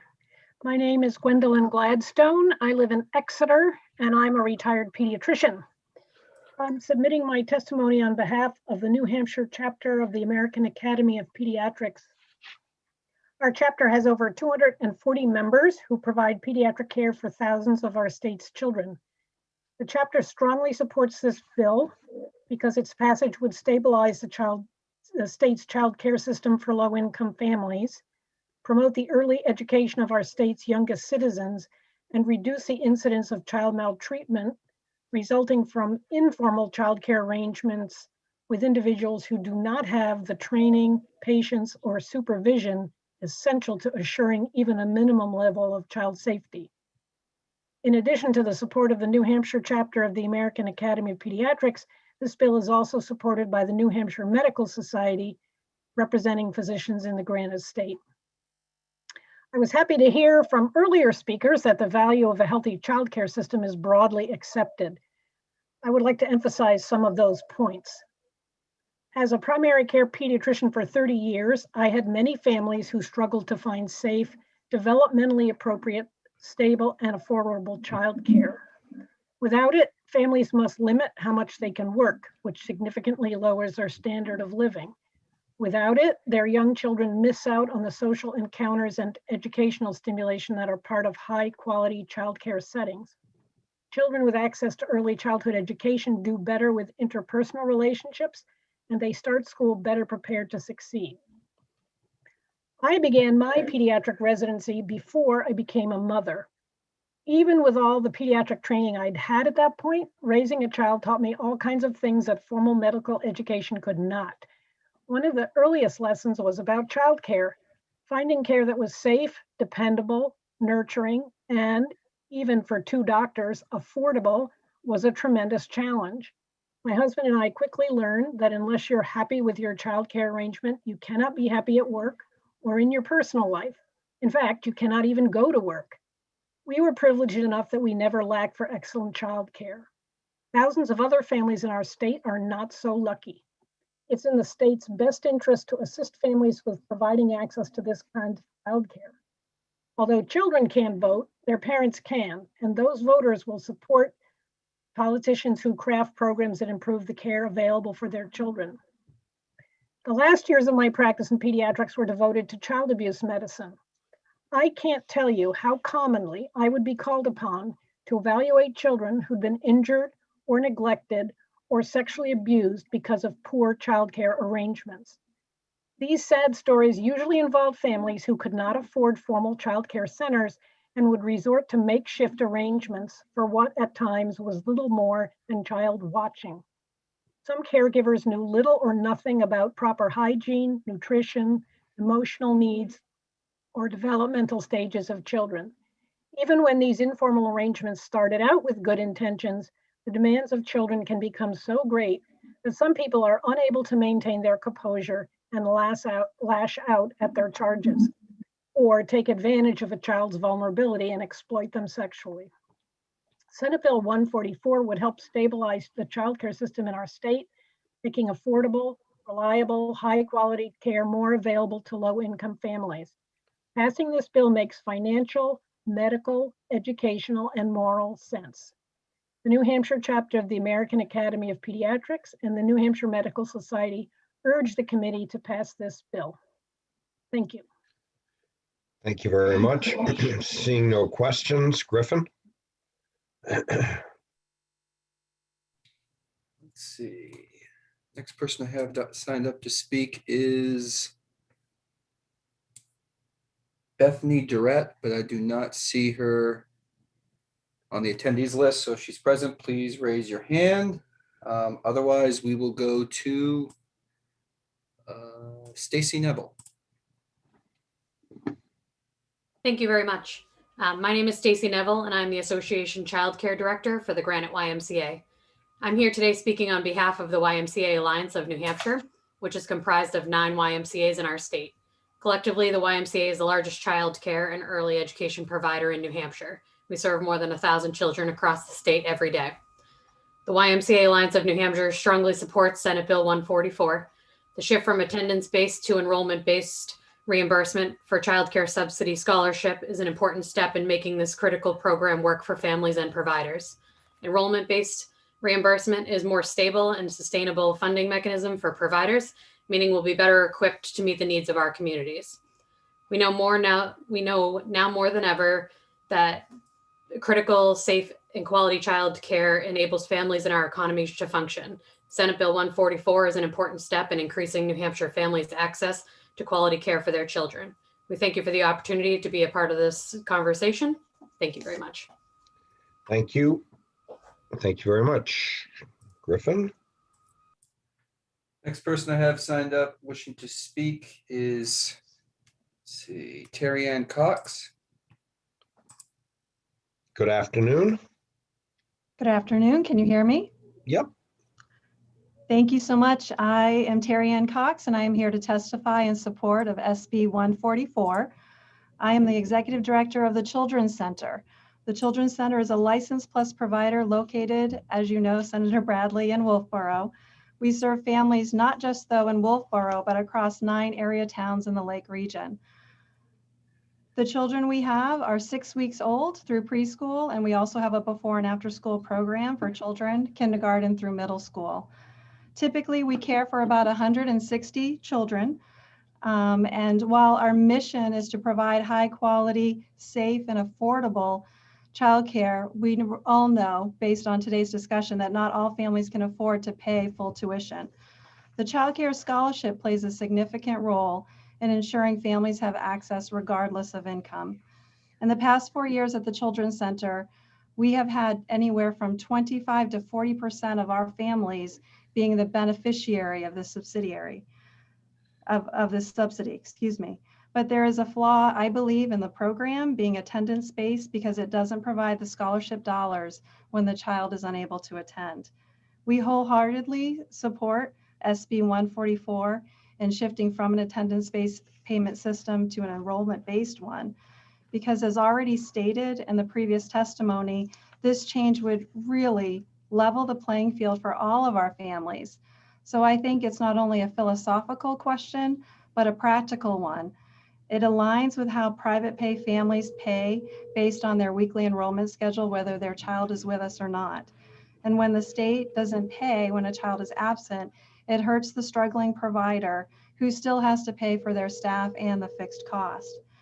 And importantly, it also hurts that working mother or father who has to stay home with their sick child or is homesick themselves and cannot get their child to the daycare center. We must recognize that the parent is typically in this situation in a job that doesn't pay if they don't show up to work. And so I understand why not all of my peer colleagues and providers can open their doors to these families, because there isn't a guarantee that they will consistently be paid. But I do believe the state can change that. And I hope that we'll aim our support toward all working families, whether it's a single mom who makes $20,000 a year or a household making $200,000 a year. Equal access for early child care should be available to all New Hampshire families, especially during these uncertain times. I believe SB 144 is an excellent way of leveraging what is already in existence to play a significant role in child care access and to further stabilize the child care sector while we provide consistent scholarship monies to the family it already serves. I thank you for your time. Thank you very much, Ms. Cox. Griffin has just informed me we have 11 more speakers. So if people could be brief, that would be great. Next up, I have Lynn Alette. Hi, I am a director in Amherst, New Hampshire. We serve children from birth through age of 6, and we support SB 144 for our families who are currently getting scholarship money. The ability to be able to be home with their child and not have to worry about the extra that they need to pay, or that little bit more when they're already struggling to provide a roof over their children's heads, food for their children, would allow them a little bit of security. And it would also allow our center's security, knowing that we were getting a direct weekly amount of money, versus having to tell them, oh, you owe us another $50 or $100 because your child was out and they've also been out of work. So I strongly support this bill to help all of the families in New Hampshire be able to afford some quality childcare. Thank you for your time. Thank you very much. Next I have is Jane Marquis. Good afternoon. Good afternoon. Are you able to hear me? Yep. Great. Good afternoon, Mr. Chairman and members of this committee. My name is Jane Marquis. I am the Child Care Coordinator at the Nashua Adult Learning Center in Nashua, New Hampshire, a seasoned provider who is in full support of SB 144. For the families in our Early Childhood Adventures program here at the Nashua Adult Learning Center, children may be absent due to many reasons, including various illnesses and symptoms. With the passing of this Senate bill, families will not have to worry or struggle to pay additional fees incurred in programs due to their children's absences.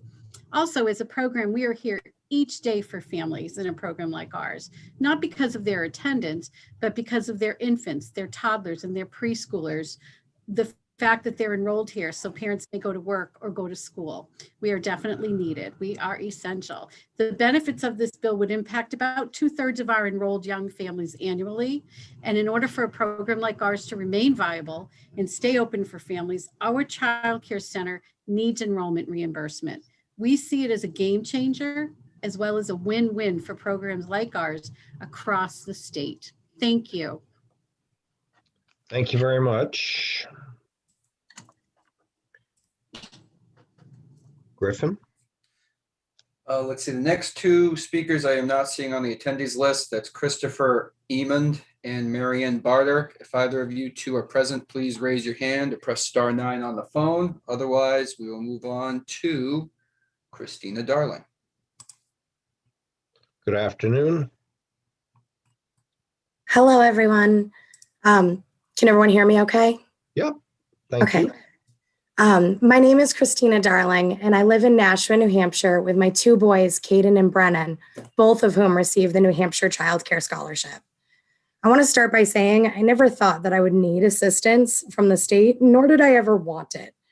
When I became a single mom, though, it was no longer a choice of whether or not to apply for assistance, but rather a matter of survival. Without childcare, I couldn't work and I couldn't keep a roof over our head. I have really big goals for my family. I want to someday buy a house. I want to take my boys on vacation, and I want to own a reliable car just once.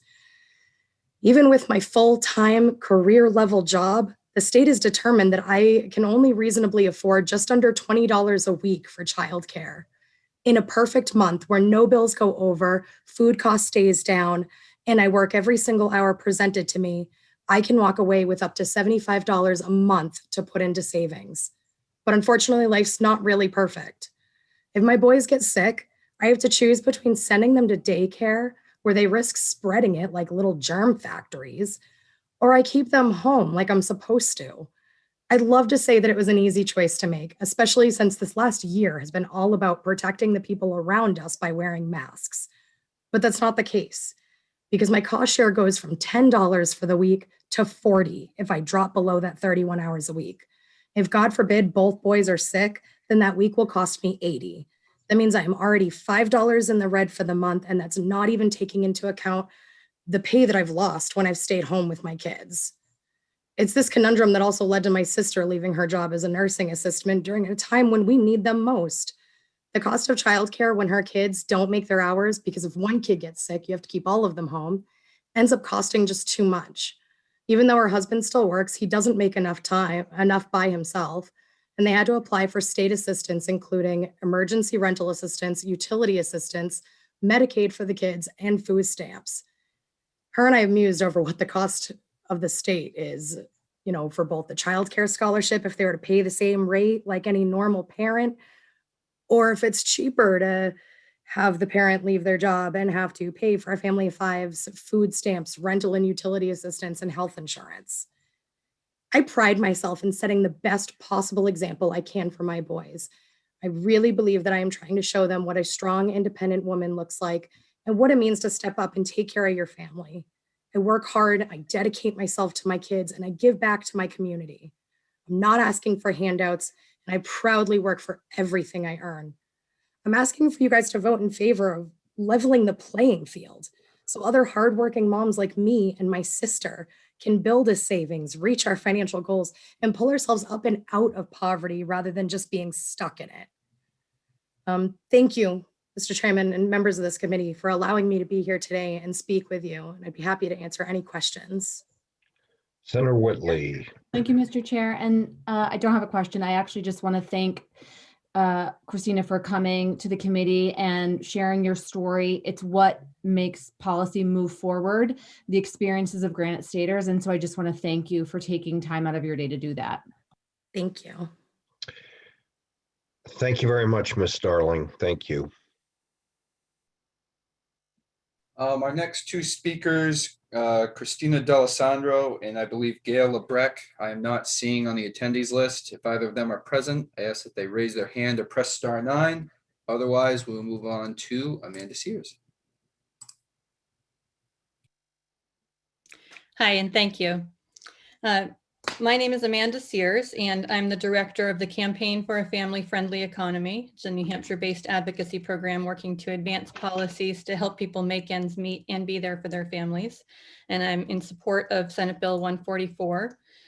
This bill would ensure that people like Christina, who you just heard from, who rely on childcare scholarships to cover their tuition for childcare, don't experience additional hardship when their child is homesick.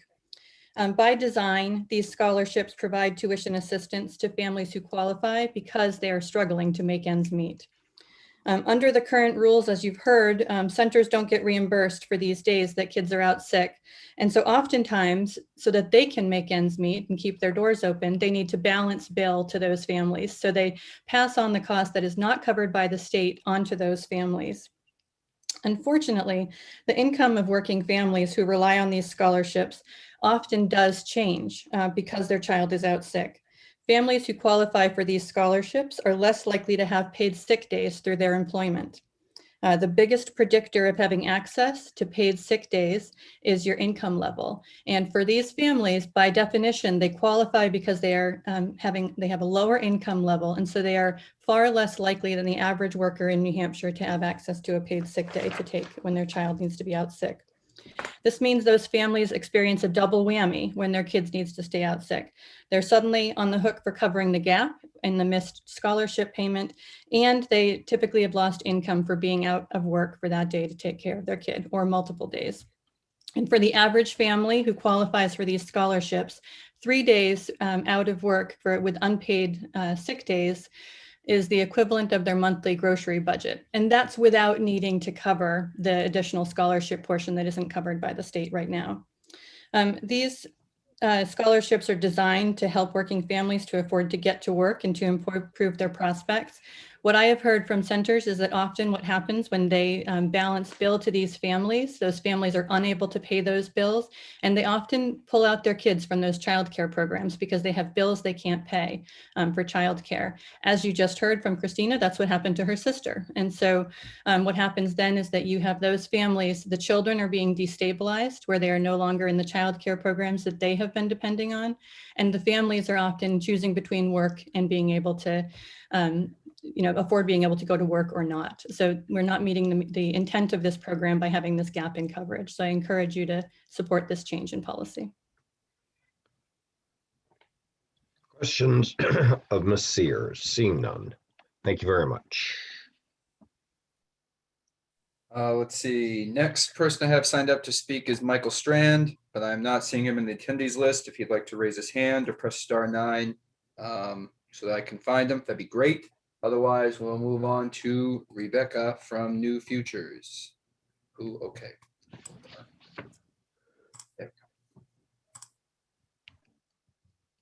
Can you hear me all right? Good afternoon. How are you? Good, how are you? Good. I promise I'll be very brief. I just want to make the notation that Christina D'Alessandro from Moms Rising texted me to say that she's in support of this bill, and she did provide written testimony, but was unable to speak when called upon. New Futures is in strong support of Senate Bill 144. We know that access to high quality childcare is primary prevention. And I think that you heard that today as folks testified. I also want to say that we know COVID-19 has placed immeasurable pressure on the childcare sector, bringing a fragile system to the brink. While we did have federal CARES Act funds that helped ease the impact, we know that long-term policy changes are necessary. And I want to make the point that Senate Bill 144 seeks to make one such policy change. By adjusting payment policies, this, as we heard today, creates a predictable payment structure, removes policies which negatively impact parents' access to childcare. And I want to note that I included some references in my testimony, but we know the strong link between a strong economy and childcare, and it's been widely researched even before the impacts of COVID. Parents who have affordable, reliable childcare are empowered to enter, remain, and be productive members of the workforce. I think given the impacts of COVID-19 on childcare, on our workforce, particularly our women, it's imperative that New Hampshire supports policies which enable parents to work to ensure a bright and healthy future for our children and a strong economy now and into the future. I'm happy to answer any questions, but I urge you to look at my written testimony for additional resources. Thank you very much, Rebecca. Seeing no okay. Thank you, Mr. Chair, and thank you, Rebecca. Can you just give a brief description about what you mean by primary prevention? Great. So if you're familiar with the ACEs study, we know that New Hampshire's families in particular are facing a multitude of challenges from the pandemic to the addiction epidemic. Children who suffer toxic stress resulting from the continual exposure of adverse circumstances within their environment, such as abuse, neglect, parental substance use, conflict within the home, incarceration of a parent, or poverty, have lifelong health impacts. This not only increases their risk of future substance use, but also health impacts. We know that, but we also know that science shows us that certain investment and intervention in early childhood, particularly access to high quality early education programs, can dramatically alter a child's life in a positive way. This is because, and we heard it today, it's all about those beautiful serve and return relationships that young children have with supportive adults in their lives. So when we think about primary prevention and access to childcare, we're improving our children's lives. And as we heard today, some of our most at-risk children living in poverty cannot access childcare. So this is a really important area for our state to consider investing in. Thank you. Thank you very much. Griffin. Last person I have signed up wishing to speak is Jennifer Frizzell. Good afternoon, Jennifer. Good afternoon, Chairman Bradley and members of the Senate HHS Committee. I am Jennifer Frizzell, Director of Policy with the New Hampshire Women's Foundation, here to support Senate Bill 144. The New Hampshire Women's Foundation is the only statewide organization dedicated towards investing in opportunity and equality for women and girls. We do that through research, education, advocacy, and philanthropy.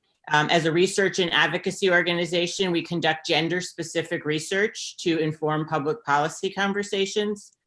Our strong support of Senate Bill 144 here today is a recognition of the importance of investing in childcare at this moment to provide women with equal opportunity to recover from this pandemic and return fully to the economy.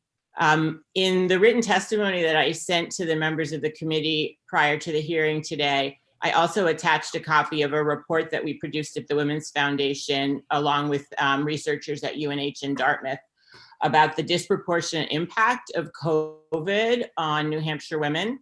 And it looks at multiple factors, 6 factors across health, economic segregation, unemployment, lost earnings, areas that are adaptable to remote work, and then caregiving, which is the topic we're here to discuss today. And in all of those areas, New Hampshire women are really disproportionately carrying our economy and our families and our healthcare system through this pandemic. And we're here to really call on the legislature to adopt a set of public policies, including investing in childcare, that recognize women's contributions and build out an economic recovery where they can be included. We know from data last year, as well as information that comes from our own Department of Employment Security on a weekly basis regarding our own unemployment compensation trends in New Hampshire, that in the last quarter of 2020, there were somewhere between 25 and 30,000 individual workers in New Hampshire, almost all women, who were unemployed solely for the reason that they lacked affordable, consistent childcare or care arrangements for their children during remote school. This is a significantly unusual trend with regard to the gender disparity for women. It also, at the time, represented 16 to 19% of the workers who otherwise could have been returning to the economy and working were otherwise unavailable. This similar to the situation of Christine describing of her own sister, who was employed in a very valuable sector in our economy, but nonetheless did not have the childcare support or stability, and then faced the multiple downward consequences economically that come from not being able to retain work. We also were able to see just last month that male labor force participation has nearly recovered to pre-pandemic levels in New Hampshire. And while that's certainly something to celebrate, it gives us the opportunity to have greater concern about the gender disparity, because female participation still lags well below February of 2020, unemployment more than 2% higher for women than it was at that time.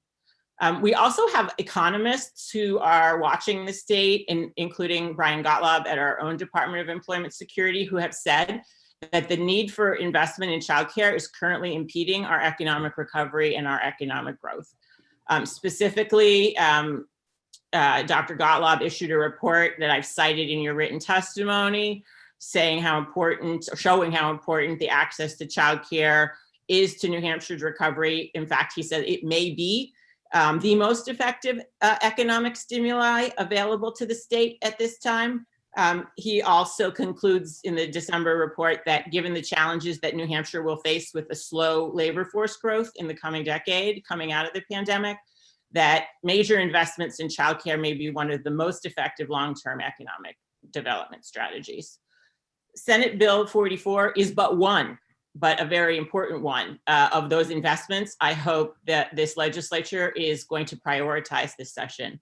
And I have to say on behalf of the Women's Foundation that the early numbers and signs coming out of the governor's budget do not give us assurances and confidence that that commitment to women's return in the return to the economy is shared. Building a more sustainable childcare infrastructure and creating policies that support women as both workers and caregivers are critical steps toward rebuilding and sustaining our economy. They're also equitable steps to recognize that women should not continue to be the ones whose careers, whose health, whose economic security, and whose safety are consistently and negatively impacted by caregiving, and especially given how women have stepped up in so many roles during this pandemic. As New Hampshire moves forward this session in charting an economic recovery, the needs of working women, especially working mothers and lower wage workers, demand greater attention and investment. New Hampshire women are carrying the burdens of the COVID-19 pandemic, and they deserve an equitable share of future opportunity and prosperity, and that will not be accomplished without greater investments in childcare, starting with Senate Bill 144. So I thank you for your time and attention today. I hope you'll take the time to look at my report, even if you haven't had a chance to do it before this hearing. And I'd be happy to take any questions. Thank you very much, Jennifer.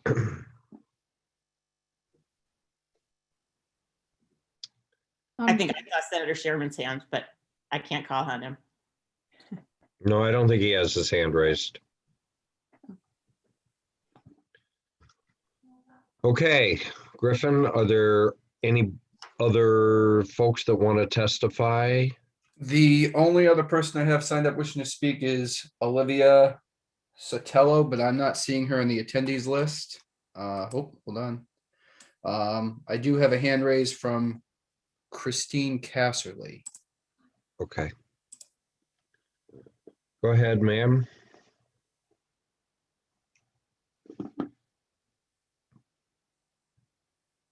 Ms. Casserly, you should be able to speak.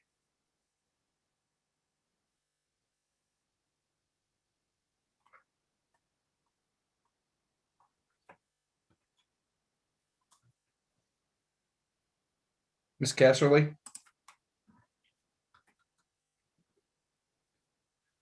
Senator, what I can do is I do have her email here. What we can do is reach out to her and see if she has any written testimony she'd like to offer. Okay. All right. In that case, I believe. Oh, I'm sorry. Another hand has raised. I'll bring her in. Hi, can you hear me? Yes, good afternoon, ma'am. Good afternoon. I'm actually here for another bill, but I can't help but listen in and hear the conversation, and just wanted to give my 2 cents and also share that I reached out to several groups that I'm a part of to also consent to get support of this bill as well. So my name is Ismail Huni. I live in the Upper Valley. I'm a part of a mutual aid group called the Upper Valley Response Team, and also Rise Upper Valley, which we organize in the Upper Valley. I'm also the Movement Politics Director for Rights and Democracy New Hampshire. I am not here in that capacity at the moment, but I just wanted to support this very important bill because we've had women calling us and telling us they need assistance with childcare, and those who will most benefit from this are actually single moms. So just wanting to give my support and also lend that the Upper Valley Response Team and also Rise Upper Valley also support this as well. Thank you very much. Okay, seeing no more hands raised, I am going to close the hearing on Senate Bill 144. Why don't we take a break till 4 o'clock? And Griffin, if you can try to line up the sponsors of the various pieces. Yep. I note that Senator Sherman is the prime, but unless you want to testify, Senator Sherman, I don't think you have to. It's totally up to you. All right, so we'll be in recess till 4 o'clock. Thank you.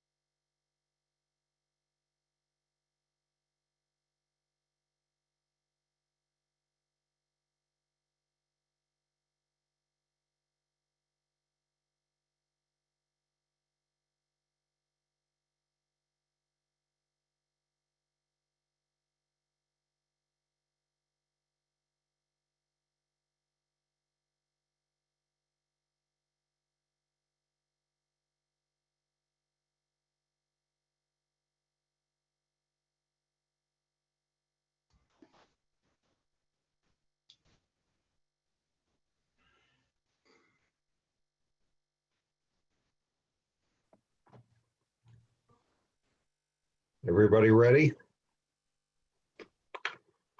Just waiting for you, Jeb. All right. Griffin? I'm sorry, just to clarify, does Senator Sherman want to introduce the bill? Or are we just moving straight to? No, Yeah. let's move to whomever. I mean, obviously start with Senator Ward. Yep, I'll If bring her she's up right now. available, whatever of the sponsors are available. You want me to start? Good afternoon, Senator Ward. Good afternoon. I am here to speak to Section 1 of Senate Bill 149. It has to do with nursing home standards. This was brought to me, I guess, a couple of years ago. It didn't make it through the process last year. Essentially, it has to do with the fact that when somebody is on Medicaid and needs nursing home care, they can be sent whatever bed is available, and sometimes that bed is available in another state or neighboring state. And in this particular case that I became familiar with, the person was put in a nursing home out of state. The wife kept in touch, and somehow she realized that things were not the way she had hoped a nursing home care would be. And she contacted the local nursing home and had him transferred. Well, when this person came back to this New Hampshire nursing home, his hair wasn't cut, his fingernails had not been cut, his clothes were not the ones that he had gone to the nursing home with, and she was very upset. And I talked to the owner of the nursing home, and he said, this happens sometimes.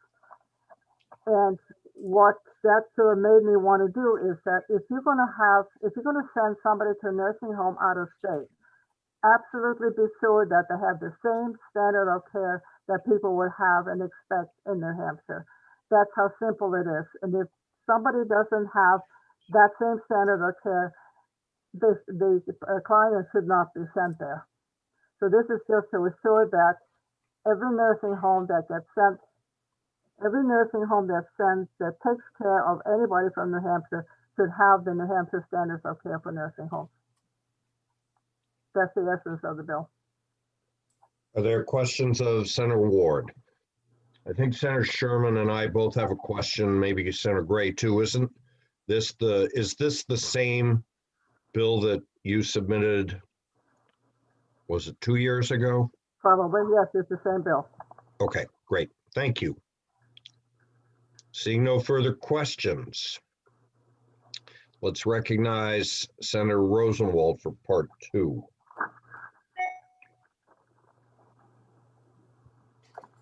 Hi, it's been a long afternoon. For the record, I'm Cindy Rosenwald, Senator for District 13, most of Nashua, and I am here as the prime sponsor of Part 2. This section clarifies that behavioral health services count towards medical expenses that are incurred for those individuals who are part of the Medicaid Spend Down program. It doesn't expand the Medicaid benefit in any way. It just makes clear in statute that mental health care is health care for this program. And so therefore there should be no cost to Medicaid. The bill is necessary due to ongoing confusion at some of the district offices.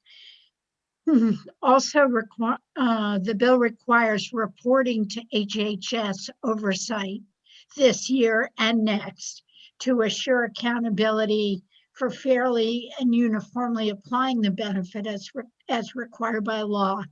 The bill was introduced in the House last year. It passed, it came over to the Senate, but unfortunately it was tabled during the pandemic. It is still necessary. I'd also like to, if I may, address Senator Whitley's question that she asked earlier about Section 7. This same language is actually incorporated completely in Senate Bill 45, which the Senate adopted unanimously last week. So you may want to look at whether you need to keep it in two bills. Thank you, Mr. Chair. Thank you very much, Senator Rosenwald. Would you, if you could work with Senator Gaida to try to answer that question for the committee, that'd be great, because I know the two of you have worked on that issue. Yeah, I mean, I don't know if he wants it in two bills. I did bring that to his attention last night, but I think he's probably incredibly busy.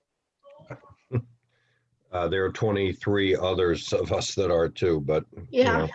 know, I will ask him. what as he I thinks. always say, be prepared for what you ask for. You might get Okay. it. I will ask him. Thank Okay, you. thank you. All right, let's move to section 3, Senator Waters. There he is. How are you, David? I'm well, and thank you, Mr. Chairman, members of the committee. I know it's been a long afternoon, and I'm happy to be here to introduce Part 3, Establishing a Harm Reduction and Overdose Prevention Program. I come to you, the senator from District 4. I'm also a member of the Governor's Commission on Alcohol and Other Drugs, and have worked extensively with recovery programs throughout the state. This bill is meant to add harm reduction to many of the efforts that are underway in New Hampshire to address substance use disorder. First of all, we've really made great strides in recognizing substance use disorder as a medical condition. We've also done a lot to try to reduce stigma. We've supported many kinds of recovery programs, most notably the Doorways program, which is helping immeasurably for people to find services they need.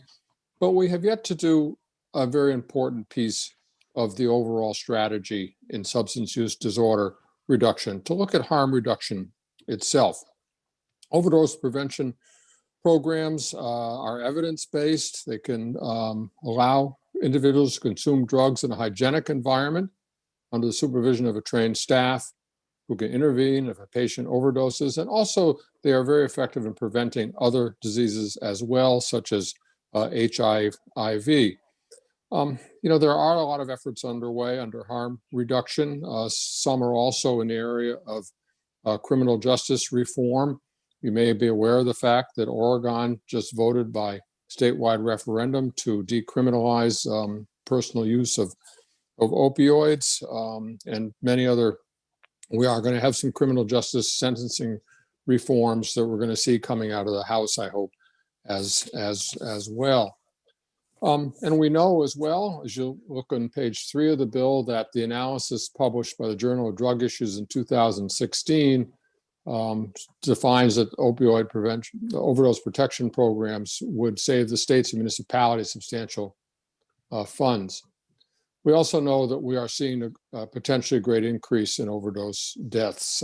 Last year wasn't quite as bad as some other years, but nationwide, 2020 saw a 16.6% increase in deaths nationwide. And I fear that because of the COVID pandemic and how it's disrupting recovery operations, that we may see this as well. So the legislation says that the intent of the legislature to enable municipalities to establish such programs, to look at, to gather data and to look at the success of these programs. The heart of the bill is on page 3 down towards the bottom, defining these programs. I want to emphasize that this is entirely enabling legislation. A municipality may approve entities within its jurisdiction to establish and operate overdose prevention programs for persons 18 years of age or older that satisfy requirements set forth in the statute. I thought it was important that we give the municipalities authority over this.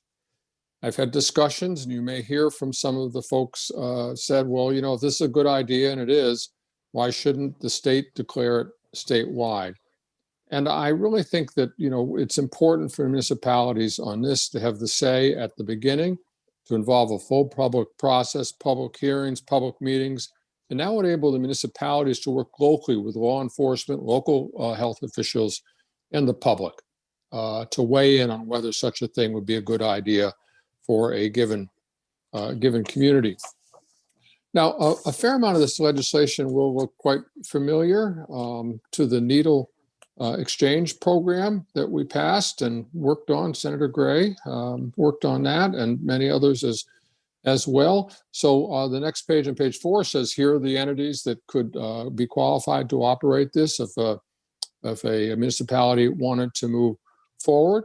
It does ask the Department of Health and Human Services to develop the appropriate rules to define these entities that may operate if a municipality chooses to do so. And then again, very much modeled on the needle exchange program, you'll see here the requirements of any such entities: hygienic space, healthcare professionals, provide sterile consumption supplies, syringe disposal services. A whole lot better to do that than find them out in our public parks and on our streets. And then also importantly, to collaborate with service providers, the Doorways program and many others, that people who are there who want to seek help and treatment, and also more information about HIV and other health risks, viral hepatitis and so forth, and also to provide screening for HIV, viral hepatitis, STDs, and tuberculosis. And then this would be a very good place to provide naloxone to reverse opioid overdoses. A little bit further down on page 5, again, trying to reiterate that this is why this should be at the municipal level, because we need to have good neighbor policy. I want to make sure that this is done in such a way that not only has the support of the public body, but also potential neighbors of the entity that is going to provide the service. As I reiterate at the beginning, we have a lot of evidence-based research on the 165 programs operating in 8 and 10 countries, including our neighbor to the north, that have such programs. But we want to make sure that for New Hampshire, we have that research as well. And that's why on the bottom of page 5, there's a system of reporting. And lastly, I want to address on page 6 some of the legal issues here. And again, this language is really kind of just adapted from and adjusted to what we worked through on the needle exchange program. And so you see section 5 there, which deals with the potential criminal issues around being a personnel here. I do want to mention too the legal standing of these kinds of programs in the United States. Pennsylvania was well on its way to establishing these, and then there were some competing court cases. Finally, a very extensive court ruling was offered in Pennsylvania that said that this does not violate federal law and the state can go ahead with it. When the pandemic came, the governor asked the entities who wanted to establish the programs to hold off because of COVID and other health issues needed to be addressed. And now there's been another court ruling as well. So, you know, we're familiar with this, you know, as we tried to reform marijuana laws and the status of federal statute and its enforcement and so on. I will note that the Biden administration, for the first time of any administration, has begun to emphasize harm reduction. So I think as potentially we'll see a different attitude about taking a serious look at overdose prevention programs around the country as well. Section 6 has raised a couple of issues. Here, if Section 5 deals with criminal liability, Section 6 deals with civil liability. And I've had some discussion in recent days about, you know, perhaps this language, perhaps this should be deleted, or perhaps it really needs to be amended, because we don't want to prevent civil liability for someone who does something that is clearly egregious and outside of any reasonable behavior that then causes harm. So I hope the committee will consider that. I'd be glad to prepare either an amendment or a request just that this section might be deleted. In Section 7, make it very clear here that federal and grant funds could be used, but no general funds.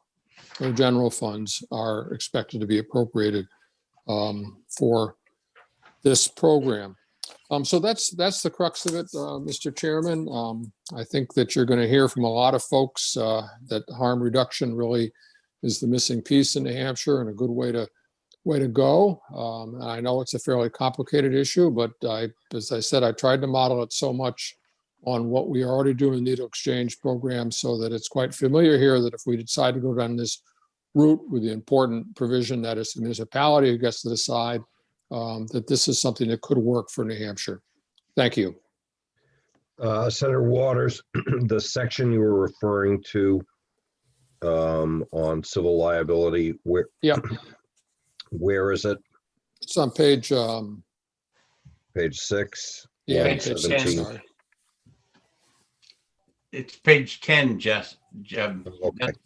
Oh, sorry about that. Section I sponsored. Okey doke. Thank you. All right. Any other questions of Senator Waters?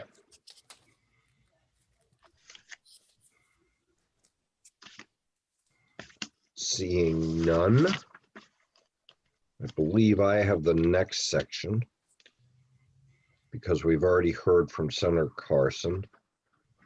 So I introduced the LSR dealing with a rehab bed pilot program. It would establish a pilot. It would authorize it in order to enable the licensing of new rehab beds in areas of the state where there is a need for beds. And I think you're going to hear testimony that there are areas of the state that there is a need to lift the moratorium on the addition of new rehab beds. That moratorium, it has been in place for 25 years. I'll stop there. There'll be representatives of hospitals that have these beds, rehab beds, and they can speak to the need for this section of the bill. And I'm not going to take any questions, and I'm going to move to Senator Gray, and I'll see if he can be even briefer.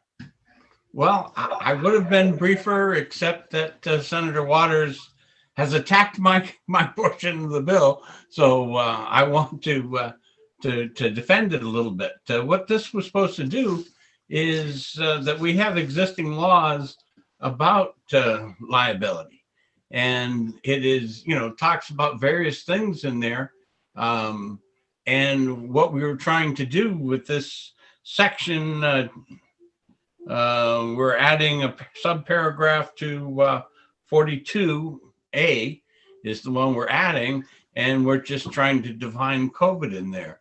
Certainly 21P42 already has protections for liabilities, but it could be more specific.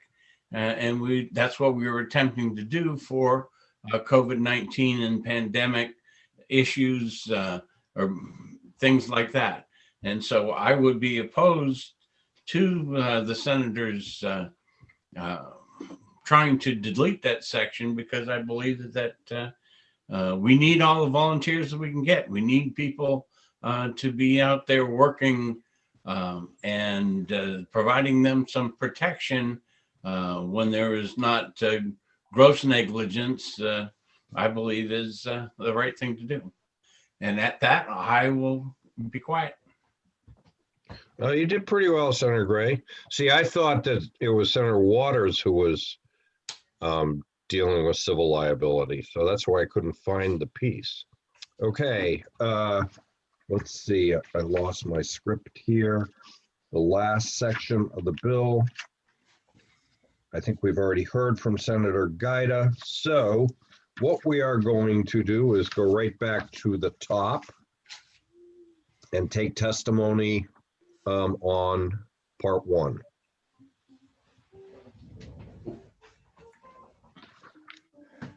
So let's see. The first person I have wishing to speak on part 1 is Lisa Shapiro.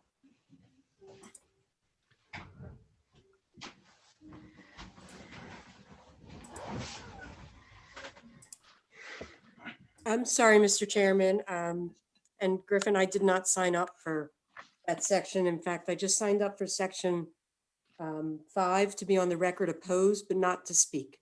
Oh, okay. We'll make that clarification. Thank you. Thank We love you. that brevity. All right, part one. I do have Melissa St. Cyr. Okay, go She was there. Now she's gone. Hold on. Okay, she's back at the top of the list. Hold on.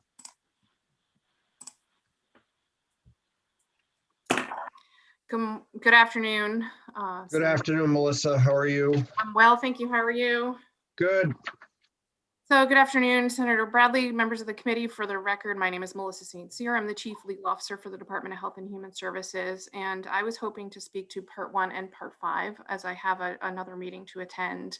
All right, that can happen. Go ahead. Thank you so much. So as for part 1, this bill came before the committee, I believe last year, might have been the year before.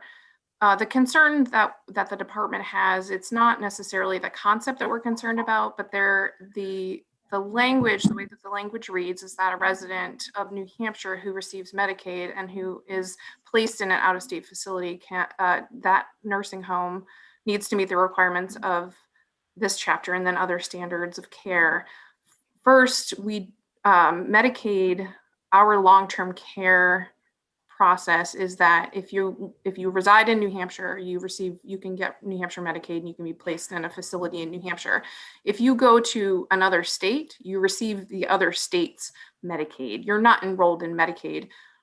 Very, very rarely is an individual who is very complex and we may not have a facility that's in New Hampshire that meets the residents' needs, that we would place them outside and kind of contract with the entity to ensure that person receives services even though they are under New Hampshire Medicaid. However, that, like I said, that is so rare, and it's usually a contractual obligations. We don't have the ability legally to reach across state lines to require someone else to conform to our licensing rules and regulations. So this has a few issues with it. I'm certainly happy to work with Senator Ward on this bill if she has some ideas on what she'd like to see move forward. But as written, we won't be able to execute this statute. Okay. Any questions of Ms. St. Cyr on section 1? All right, let's turn to section 5. Thank you so much. So section 5 is relative to the rehabilitation beds. Currently, the way that it's written, it states that acute care hospitals and critical access hospitals are allowed to apply for a license to operate rehab care services. Right now, the way that our statute and the way that our rules are set up is that an acute care hospital or critical access hospital is allowed already to apply for hospital beds. There's no moratorium on new hospital beds. Those hospital beds can be used in any way that they see fit. We have psychiatric services, rehabilitation services, all types of services that they can provide using their hospital beds. So there is no moratorium. And so the way that this is written, it permits them to do something that they already are allowed to do. I was under the impression, and I spoke a little bit to others regarding this bill, and I was under the impression that it really had to do with opening a new rehab hospital, which is a different licensure. That's where our statute limits. It limits skilled nursing facilities, rehab hospitals, and others from opening up new rehabilitation beds. And so if the goal is to allow a rehab hospital to be opened, then I think we just need to change the language so that it doesn't say any acute care or critical access hospital, but it would say any rehabilitation hospital shall be permitted to apply for a license. And then, you can keep the remainder of it. We typically don't have anything to do with the CMS, the percentage and all of that stuff that's in there, but we're happy to contact CMS and get that verification. It's just really that the way that it's written, it's allowing us to do, like I said, something that we are already allowed to do. Okay. Questions, Senator Sherman? Hi, Melissa. Just a clarification. What would constitute opening an additional rehab hospital? Say you're an acute care hospital and you decide to build out within your footprint a set of beds that you would then use as rehab beds. Would that require separate licensure? Or let me just ask, so I only ask one question, sort of.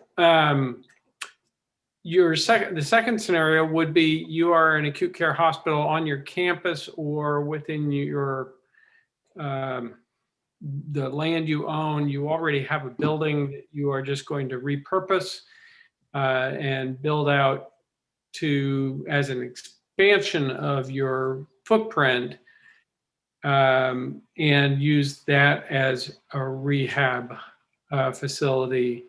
And I'm thinking it's not currently being done this way, but I know at Exeter, we used to have right across from the hospital, we down this little road, we had a separate rehab facility. We did a lot of pulmonary rehab there, people on vents, and eventually closed that because it wasn't, I don't think it was fiscally viable. But would that require that separate license that you're talking about? Or would it all fall under the hospital? Yeah, so typically most of the hospitals would just apply for additional hospital beds. That way they would have the flexibility to do with those beds as they see fit. It wouldn't restrict them from using them for rehabilitation or for other services. I haven't really seen a hospital come to us and ask specifically just for rehabilitation beds. That's not something that we do unless it's a standalone, or like Northeast Rehab and Health South. Those are rehabilitation hospitals, and so those have a hospital bed license with a rehabilitation kind of component to it. So they have a special type of license because they can't offer regular hospital services. So yeah, so I guess they could. There's nothing under the statute right now that would stop them from being able to increase their capacity at the hospital, even at another location. As long as it's all under that hospital umbrella. Can I, quick? Go ahead. Mr. Chair. Do you know if there, and this may be something I have to ask one of the hospitals, do you know if there's a reimbursement benefit to not being under the hospital license? So would that be the driver of this? It sounds like an acute care hospital could go ahead and do this. They would have to ask you for more beds, and then they would say those are going to be rehab beds. But this bill wouldn't be needed for them to do that expansion. And the only way I can think that would make a difference is if there's a reimbursement difference between having a separate facility or being considered a part of the acute care hospital. There very well could be. So I unfortunately can't give that information, but I'm sure somebody else could speak to that. Thank you. Any further questions of Ms. St. Cyr?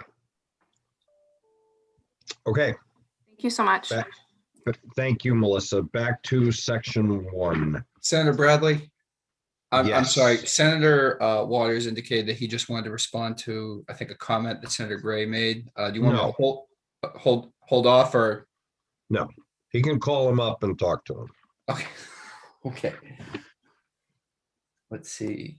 So we're moving to part 2. If anybody would like to speak to part 2, please raise your hand or press star 9 on the phone. Representative, I did see Representative Nancy Murphy had her hand up. Is back up. All right, hold on.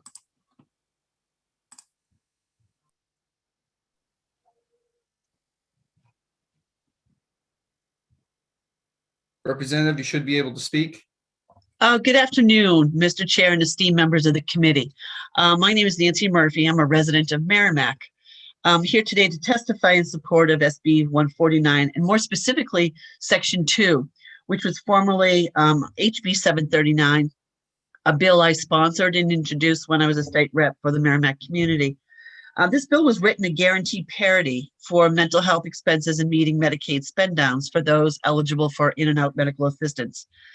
Eligible citizens are required to show proof of medical bills that equal the spend down amount before medical coverage will begin. When the spend down amount is not met or out-of-pocket mental health expenses not properly applied by DHHS, the individual is denied medical coverage. This obviously can impact access to health care. Clarifying Medicaid spend down requirements and requiring a report to the Oversight Committee on Health and Human Services really had its genesis around 2015, 2016, when as a citizen, I was made aware of a problem that despite repeated attempts by citizens to resolve Medicaid spend down issues with DHHS, they remained unresolved. Some New Hampshire citizens were being incorrectly informed by DHHS that unpaid mental health bills from a prior month, even with a current unpaid bill, could not be applied to meet the spend down. Citizens submitted to meet their spend down were not being consistently nor appropriately applied. This improper application of proofs to meet spend downs especially impacted those disabled clients with mental health disabilities. These individuals had limited incomes to begin with, needed mental health care, and in months where they were told they hadn't met their spend down when they actually had, they could be denied access to Medicaid. This, of course, impacted their ability to receive ongoing mental and other health care. Had that bill been for a gastroenterology visit or some other medical appointment, this would not have even been a question. As a retired nurse who worked in the mental health field, I recognize the absolute necessity for those challenged by mental health issues to be able to access the health care they were eligible to receive. I intervened to see if I could help identify the basis of the apparent disparity issue to see how it could be fixed. For 3 years, I experienced the frustration citizens reported. I'd reached out to the office of the ombudsman, DHHS district office supervisors, Medicaid staff, etc. Oftentimes, I was told conflicting information, calls were not returned, or I received responses that indicated that those frontline workers who were responsible for applying the proofs of out-of-pocket mental health expenses to the spend down were inconsistent and completed the process without real knowledge of policy, but as I quote, the way we've always done it. They could not explain why mental health bills were sometimes applied differently by other workers, nor why mental health bills were different than medical bills. Once elected, I drafted HB 739 and reached out to DHHS Attorney John Williams and Ms. Dawn Landry, DHHS Medicaid Administrator, for assistance with this issue. When they looked into it, they too discovered that what I was describing was an ongoing issue. I worked with them and OLS, and the report to the Oversight Committee section was an amendment to HB 739 as a joint agreement to resolve what we all recognize was a long-standing problem that required resolution and oversight. This compliance section is necessary to monitor and evaluate staff compliance with the actions DHHS takes in terms of training programs, et cetera, and determine if actions taken to address this problem are sufficient in having positive impact on resolving the issue. This section of the bill does not expand Medicaid coverage, just clarifies what expenses can be used towards the spend down. Mental health bills are medical bills and should be consistently treated equally and applied to the Medicaid spend down. DHHS staff must have adequate training and oversight in this area so that New Hampshire citizens who provide the required proofs and meet the eligibility requirements for that program can count on access to the medical assistance for which they are eligible. In January 2020, this bill passed the House, and in March 2020 was referred to your Senate committee. The pandemic hit, and in June it was laid on the table. I thank you for your attention and consideration of my testimony, and I ask that you support SB 149 and vote ought to pass. Thank you. Questions of Representative Murphy? Just one quick one. Do you recall, the vote in the committee on this bill? I do. I do. It was 15-3. Okay, thank you. Sure. Are there other speakers? I do not see any other hands raised On from part anybody wishing two. to speak on part 2. And we've concluded the speakers on part 1. I haven't seen any other hands, so. Okay. Yeah. Okay, part 3. We got Joe Hannon.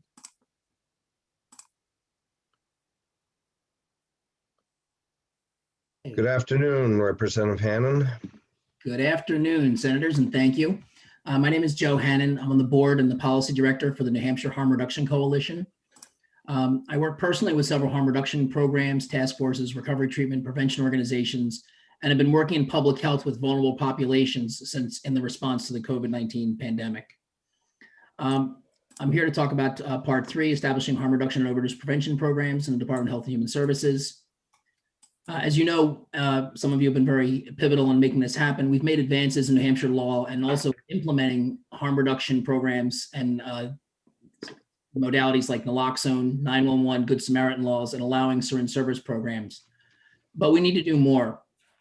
We heard Senator Waters talk about the increase in overdose deaths nationwide, and it rose about 16.6% compared to January and April of the previous year. However, Manchester saw a 28% decrease in opioid-related overdose deaths in 2020 compared to 2019. Also, Nashua saw a significant drop that was almost as significant as Manchester's. Syringe service programs, we offer several programs, and one of them, we have one of the Harm Reduction Coalition operates in Manchester, and there's another one that operates in Nashua. Since the beginning of offering services, the Manchester program has reported successfully reversing over 3,000 overdoses, with supplies distributed on just Sundays alone in a 2-hour period. And moreover, our participants have themselves reported that they have reduced incidents of preventable infections. And in addition to reducing these physical and emotional burdens, averting skin and soft tissue infections that lead to endocarditis, bacteremia, or sepsis, it also reduces the extraordinary medical costs and helps free up our healthcare providers who are already overburdened by the pandemic. So we strongly support allowing overdose prevention programs, but as Senator Waters alluded to, we do have concerns with municipalities having the sole authority to evaluate and authorize them. This can be burdensome for smaller municipalities and ultimately prohibitive to allowing evidence-based practices that have been shown to save lives and prevent significant costs, not only at the local level, but also at the state level. In addition, history shows it can be prohibitive to allowing access to the human right to seek life-changing and saving services where people live. If individuals must travel greater distances, it could increase the likelihood of impaired driving, greater spread of disease during a pandemic, and limit local access to services. Now, most of these services are located within larger cities near higher densities of populations which they serve. And we're happy to work with anyone interested in helping to accomplish this in this legislation. I'll try to wrap it up pretty quickly. I know it's a long day. The American Medical Association has said that studies from other countries have shown that supervised injection facilities reduce the number of overdose deaths, reduce transmission rates of infectious disease, and increase the number of individuals initiating treatment for substance use disorders without increasing drug trafficking or crime in the areas where the facilities are located. There's a lot of other benefits to this program, these types of programs. I can talk about one very briefly. The first one to be established in North America was in Canada. It's a place called Insight, and they were established in 2003. Several years later, 8 years later, the Canadian Supreme Court said in one of their rulings that they save lives, and its benefits have been proven. There's been no discernible negative impact on the public safety and the health objectives of Canada during its 8 years of operation. And lastly, I'd like to say that there has never been a fatal overdose in any of these facilities around the world. That one facility in Canada, from March of 2004 to February 2008, there were about 766,000 plus injections at that facility, resulting in over 1,000 non-fatal overdoses, but not a single fatal overdose in that facility. So I implore you to seriously consider allowing this. And, there's something that was left out, but I don't think it's as important at this moment, but there are several different models of how these programs can be operated. They can be just a fixed place, a specialized facility, and also mobile facilities are also available. And I think they'd be something to consider, especially for a place with so many rural places like New Hampshire, considering many of these programs are in large metropolitan areas. Thank you very much. I'd be happy to answer any questions. I know it's the end of the day and no one wants to talk more, but if you want to talk offline, I'd be happy to talk to anybody and answer anything that you'd like. Are there any questions with Joe? Seeing none, thank you very much. Thank you, Senators. Next, I have John Burns. Good afternoon. Thank you, and thank you, senators, for your time. And I know it's been a long day, so I'll be brief. I just want to echo most of what Representative Hannan just had to say. I think I'm here on behalf of both myself and on behalf of SOS Recovery Community Organization. I think, Mr. Burns, we're losing you, or I am at least. And we do support sites. We also municipal control. Is that any better? I think you're back, sort of. Okay. So we would agree with the fact that the municipal control is problematic in this bill, but outside of that, we do support the overdose prevention sites. We do feel that this is an important continuum in meeting people where they're at. And we know that this reduces overdose deaths with no negative consequences on the community. And I'll wrap it up and just express that support, and that the evidence internationally supports this, as well as here in the United States. There's been one that is underground that's been studied in a peer-based review. And during that operation, they've reversed thousands of overdose. They've had thousands of injections with very few overdose and no overdose deaths. And it's important to note in those studies, there has never been an issue in the neighborhood where it operates underground with law enforcement, despite its operating for the last 3 to 4 years. So I thank you all for your time, and just want to and hope that you'll support this piece of the legislation. Thank you. Senator Sherman.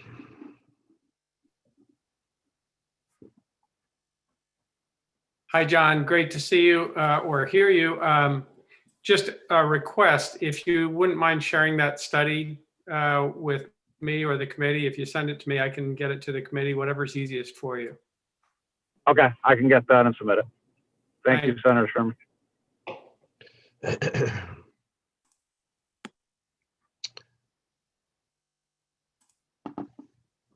Griffin. Yep. So next up, we have Nikki Forty.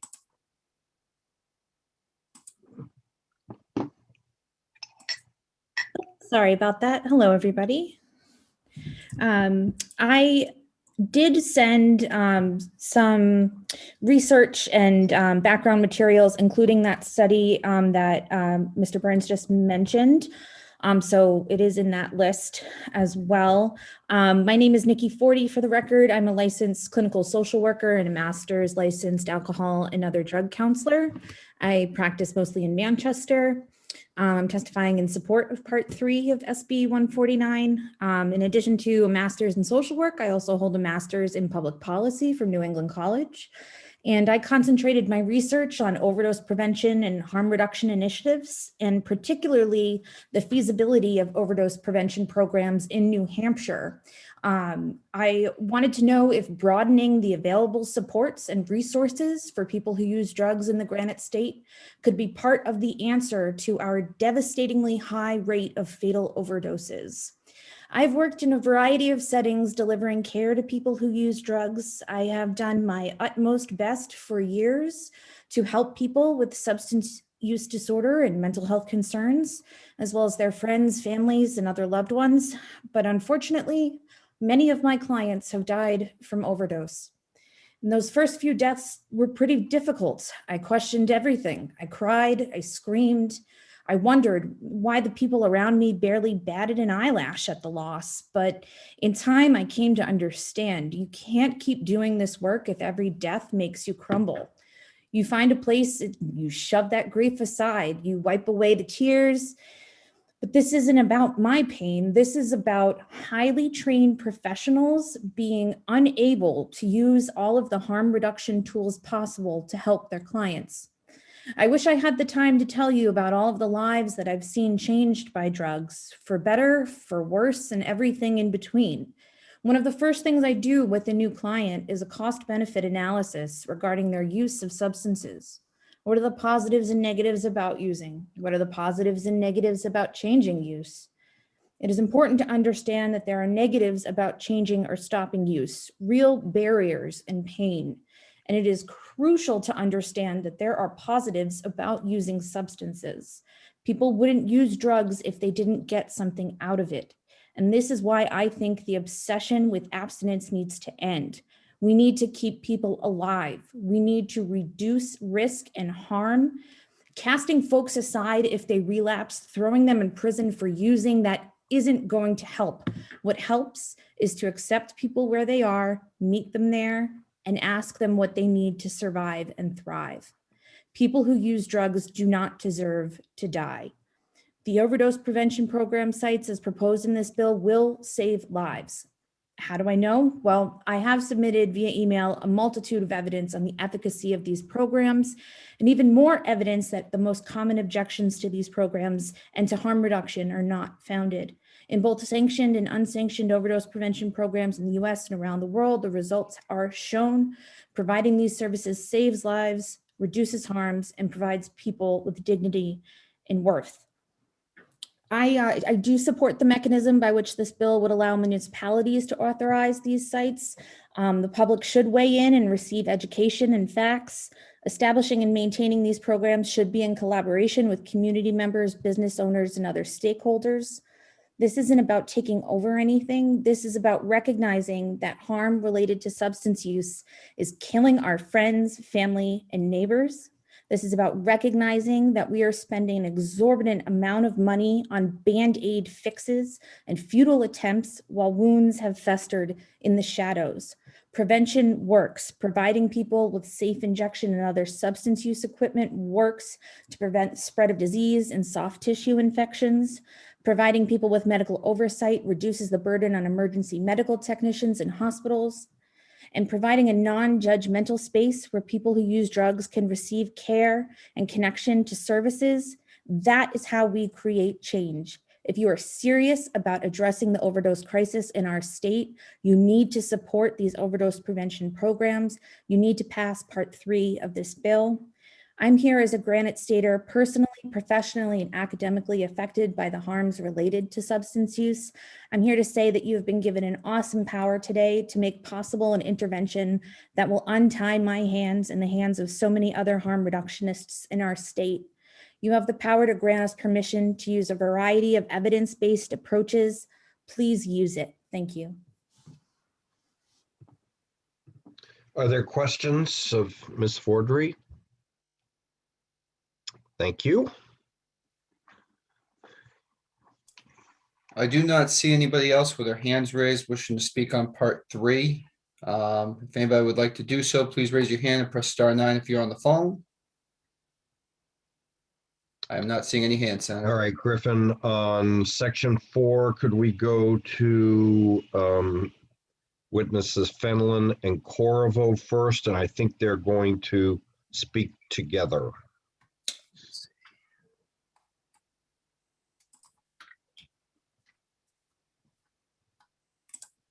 Believe that's the one. And you said Fenlon, you said? Yeah.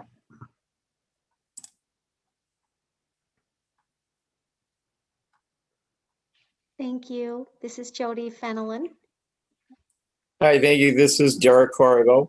Good afternoon, Mr. Chairman and Senators of the committee. We'd like to thank you first for your time in being able to speak to Section 4 of the bill. We know it has been a long day, and I promise I'll be brief and get you to the dinner table at an appropriate time. I'd like to introduce a few facts about our system, our remote automated dispensing system, as well as a few key benefits of the remote automated dispensing system in long-term care facilities. Our system, which is known as Passport, originated in Texas in 2002, and we are currently operating in 9 states. And in 2 weeks, we'll actually be adding number 10 as we roll out our first implementation in the state of Virginia. We also do operate right across state lines in Massachusetts, where I'm from, and that was approved in 2018. We have 130 plus machines operating in long-term care facilities across the country, with implementation scheduled right through the summer. Remote automated dispensing has a very positive impact on patient safety. The machine itself really does not make errors. There is a human component on entering orders, but the machine itself is extremely accurate. As for patient care, the technology allows for immediate access to medications for admissions, changes of conditions, and pain management, improving patient outcomes and decreasing the risk of rehospitalizations for those that enter the long-term care facility. Diversion risks decrease significantly. You no longer have the bubble cards available to everybody. All medications in the machine are double locked and under 24-hour surveillance by camera, which are monitored through our site in Texas. And there is also cost savings for all payers. That would include the state Medicaid systems, because you only pay for what you use. Whatever is dispensed from the machine is what is paid for, and waste on medications virtually becomes non-existent. So in summary, remote automated dispensing is safer for the residents, provides better patient outcomes, provides better security and chain of custody tracking, and decreases pharmacy costs for everyone. And we're certainly happy to answer any questions you may have. Are there questions of the committee? Seeing none. Thank you very much. Thank you. Are there, Griffin, more folks to speak on part 4? I do not see any hands raised to speak on part 4. Oh, I do see one, Bob Stout. Bob Stout, yep. Thank you very much, Chairman Bradley and Senators. I did submit written testimony, so I hope you have it there, and I'm not going to read that currently. And I hate to rain on your parade. I guess I've been listening all afternoon. I guess I'm going to be the first one to speak in opposition of something. So I will apologize for that up front. My name is Robert Stout. I'm a practicing pharmacist, have been for 45 years. I'm currently president of the New Hampshire Pharmacists Association, a past board member, and have served 2 years as board president. So I'm speaking in opposition of Senate Bill 149. I have no issues at all with the accuracy and the benefits of automated pharmacy systems. That's not why I'm here today.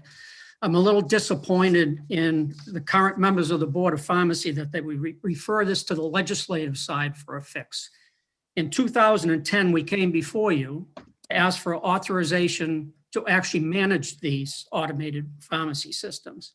If you look at our statute, 318(5A), Roman numeral 12, procedures for the use, documentation, security, maintenance, and monitoring of automated pharmacy systems, including the placement of automated pharmacy systems in long-term care facilities, hospices, state or county correctional institution, for the purpose of storage and dispensing of controlled and non-controlled prescription drugs.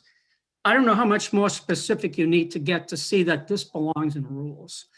When I reviewed the 2 pages that you have in section 4 around these machines, I have a lot of questions in there, Senators. I outlined a few of them, but let me just highlight a couple because I know it's been a very long day. Currently, the state has automated pharmacy dispensing systems in use. We have them in use in long-term cares right now. I also said as a document for you, just for your review, PH 70502 relates to the use of these machines in facilities. Obviously, the biggest thing that we're worried about is not the day-to-day medicines, but the controlled substances. So you'll notice in those rules, there's very specific guidelines on how many different controls can be in there, how many can be in a cell at one time, documentation. One of the big things in this bill that you have is they mention that if you're going to have a controlled substance in their automated dispensing machine, that they will get a separate license from the DEA for placement in the facility. If this statute passed today, it may very well trump 70502 because the automated pharmacy systems today that are in the facilities do not require a DEA registration for that site because they're considered an emergency drug kit. And what the DEA does on an emergency use kit, they refer it to the Board of Pharmacy for regulation. I'm not an attorney, I'm just a pharmacist, but when I read the statute, it seems to me that it could be a legal opinion that this would trump 70502. As you know, if we write a state law that's stricter than the federal guidelines, the stricter law applies. I'd hate to see the elimination of all the machines out there right now, because of course the biggest thing, as you know, with the hospice care and long-term care is pain management. 10, 12 o'clock at night. I agree with the previous speakers. Having the ability to access those meds for patient coverage is critical. My concern is this should be in rules where we can hash through some of this language.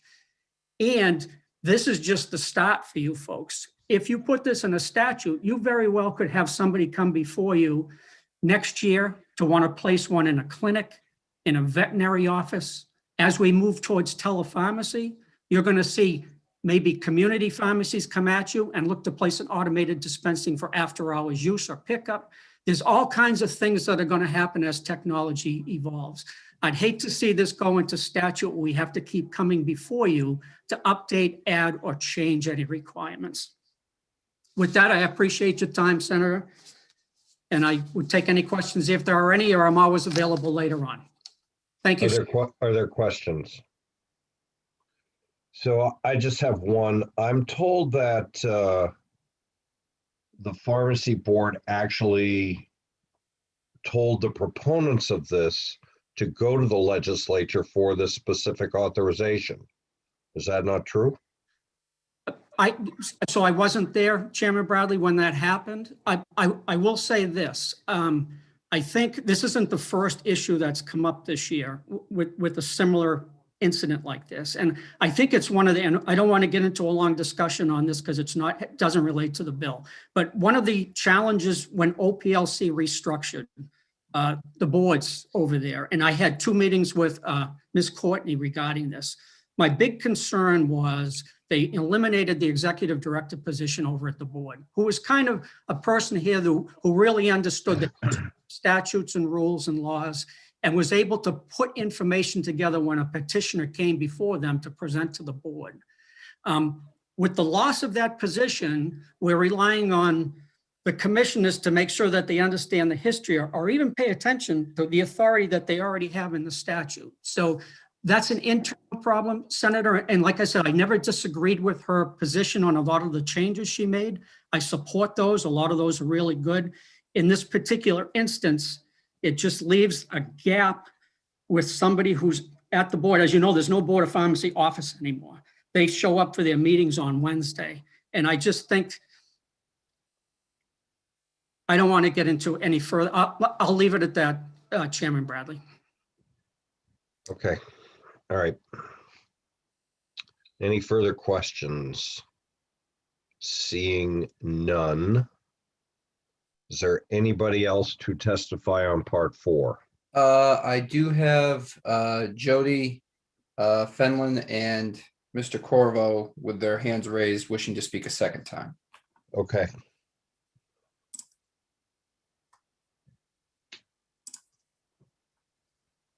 Thank you. This is Jody Fenelon. Just to respond to one of Mr. Stout's questions or comments, we did go to the Board of Pharmacy and discuss this with them, and they advised us to take this route and propose, bring a bill to the legislative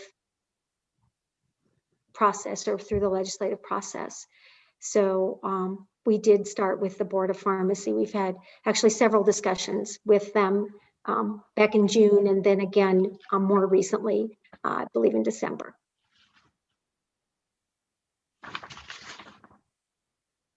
Okay. Does this, let me just ask one question. Does this language I'm looking for allow rulemaking on this provision by the Board of Pharmacy or require it? I don't see it. And would it be a way of resolving because it seems like there's support for the concept of this, but it seems to be a bit of a tangle between the legislature and the board. So we could certainly allow for rulemaking. Okay. Yes. All right. I will add one more thing, just as a point of clarity. I know Mr. Stout, if he's still on, I understand about the DEA point of view, and our practice with putting controlled substances in the machines is to get a DEA ADS, or automated dispensing system registration, to oversee the controlled substance management of the, what is put in those machines. So, we do follow those regulatory guidances, as well as whatever a state would require. So we do follow state and DEA guidance on the controlled substances. Okay. Any further questions? All right. Is there anybody else to speak on this section? I do have Esma Alhuni. Okay. Go ahead, ma'am. Thank you, Chair. I'd like permission to actually go back one section. I apologize for getting on late, just to go to Section 3, establishing a harm reduction and overdose prevention program in the Department Okay. All right, go ahead. Yes, can you hear me? Yeah. Okay. Good. Yeah, so my name is Esma Alhuni, and I am speaking on behalf of Rights and Democracy. I'm the Movement Politics Director. And this testimony is created with our help of our National Harm Reduction Coalition, which I'll be submitting in written form as well separately. Also, I live in the Upper Valley, and I'm in communication with some people who do use substances. One of these people was able to stop using for a time, but decided to go back to using on one occasion and wound up in the hospital overdosing. Had there been a safe place she could have gone and went to do this under the care of supervision from doctors, she would not have been hospitalized. So I just wanted to share that personal story from the Upper Valley where I currently live. And this is the testimony from Mike Seelick, who is we're in coalition partners with, and he's responsible for supporting the harm reduction programs in the northeastern region of the United States. It says, as you are aware, we are currently dealing with a crisis of overdose deaths in this country and in the state. Overdose has been the leading cause of accidental death in New Hampshire for many years. New Hampshire overdose rate of 33.1 per 100,000 in 2018 is significantly higher than the national overdose rate of 20.7 per 100,000. In fact, New Hampshire had the unfortunate honor of being the state with the 6th highest overdose rate in the country. These are needless deaths, and most, if not all, could have been prevented with harm reduction interventions such as the ones outlined in SB 149.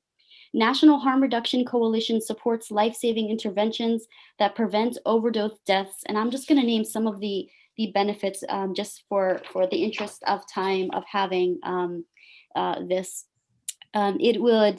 These benefits would include increased access to drug treatment, especially among people who distrust treatment systems and are unlikely to seek treatment on their own. It would reduce public disorder, reduce public injection, and increase public safety. It would reduce HIV and viral hepatitis risk factors, examples, syringe and other injection equipment sharing, unsafe sex. It would reduce bacterial infections, and it would reduce overdose deaths, cost-saving results from reduced diseases, overdose, and need for emergency medical services, and increase preventive healthcare and drug treatment utilization. It would also increase initiation into injection drug use, decrease drug-related crime. And so because of all these factors, we really hope that you do pass this with this particular section included in this bill. And I will send you this testimony in more detail in an email. Okay. Any questions? Thank you so much. All right, we're back to part 3, part 4, going once, going twice. I do have Bob Stout wishing to speak a second time on part 4. Okay. Sorry. Go ahead, Mr. Stout. Yeah, Chairman Bradley, I just wanted to jump in real quick. So just to respond, so I have no concerns about the automated dispensing machines and the DEA license. My concern is that the statute's going to trump the rule and cause the machines that are out there now to probably have to be pulled from the facilities. That was number one. Number two, I realize that this is a kind of a dilemma where it certainly looks like they have rulemaking authority currently. I spoke to one of the commissioners on the board yesterday regarding this matter. One of the possible solutions around this would actually be to file a formal rulemaking petition, as you know, our RSA 541, where we would submit those rules, show them where they have the legislative authority, and get them to reconsider with conversation. So that is something I certainly would be willing to be involved in if they be a possible solution. Thank you. All right.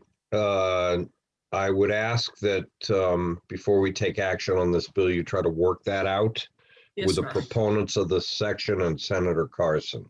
Okay. And if you can work that out successfully, then we may not need this section of the bill. Any more questions? All right, moving along to section 5. I want Griffin, if you could recognize the proponents of section 5, Dean Carucci and John Skivington of Portsmouth Hospital. Dean's being brought in and John as well. Very good. Good afternoon, gentlemen. How are you, Senator Bradley? Thank you for the time. In light of Melissa St. Cyr's testimony, Senator Bradley, I'm going to keep this short and not go through all the prepared statements that we had.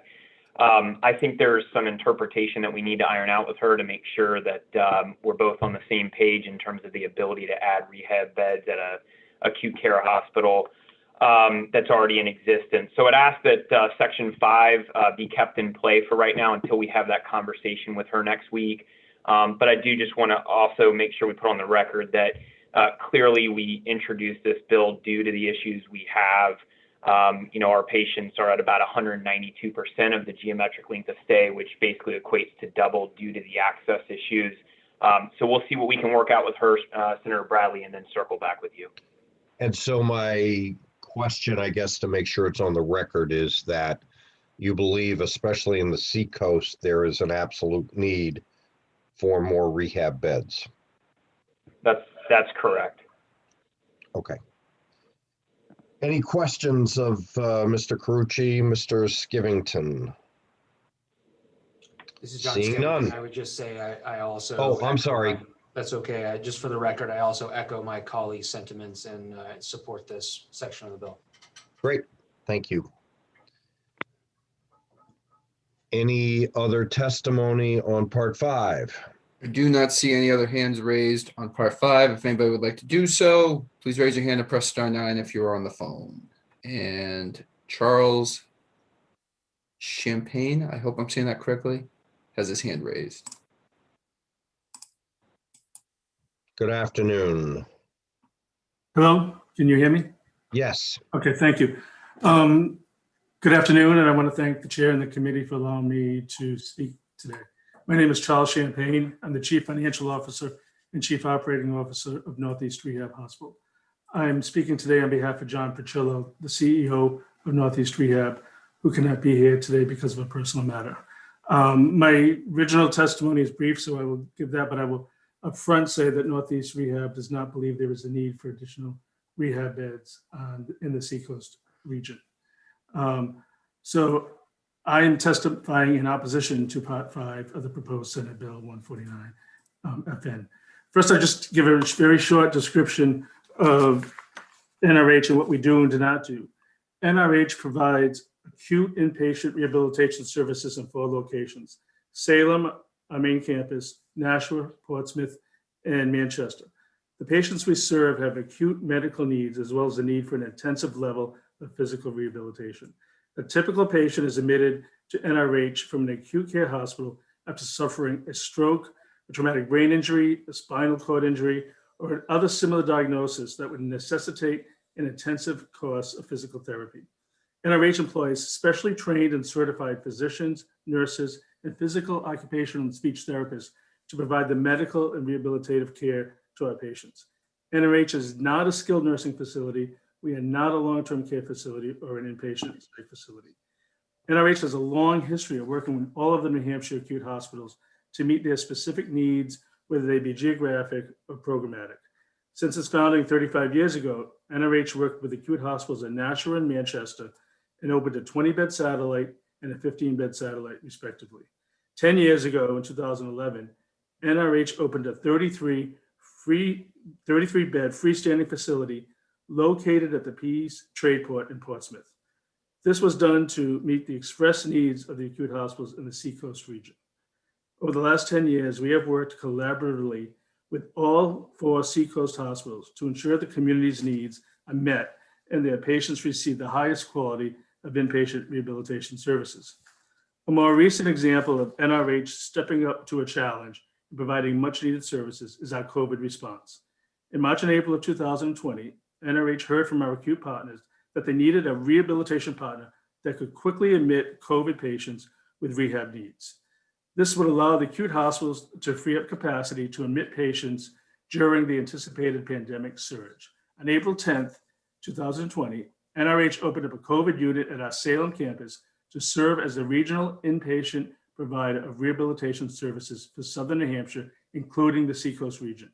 To date, NRH Salem has admitted over 200 COVID patients from throughout New Hampshire. Our focus over the last 12 months has been to ensure that all New Hampshire residents, whether COVID positive or not, had access to high quality inpatient rehabilitation services. Inpatient rehabilitation facilities provide care that is highly regulated by CMS and which requires a high degree of specialized training and education. Thus, we believe that New Hampshire residents are best served by having the acute hospitals continue to work collaboratively with specialized providers to ensure their patients have access to high quality inpatient rehabilitation services. NRH stands ready to work with this committee and our acute hospital partners to meet this objective. Thank you. Other questions? So perhaps you could address the question raised by the prior speakers about their contention that there is a need for more rehab beds, especially in the Seacoast. So we as I said, we operate a 33-bed freestanding facility at the Pease Trade Port in Portsmouth. And we have since 2011, we have an occupancy of about 90%. They're all 33 single rooms. So there's no issue of blocking a double room or bed and double room because of an infection or any other issue.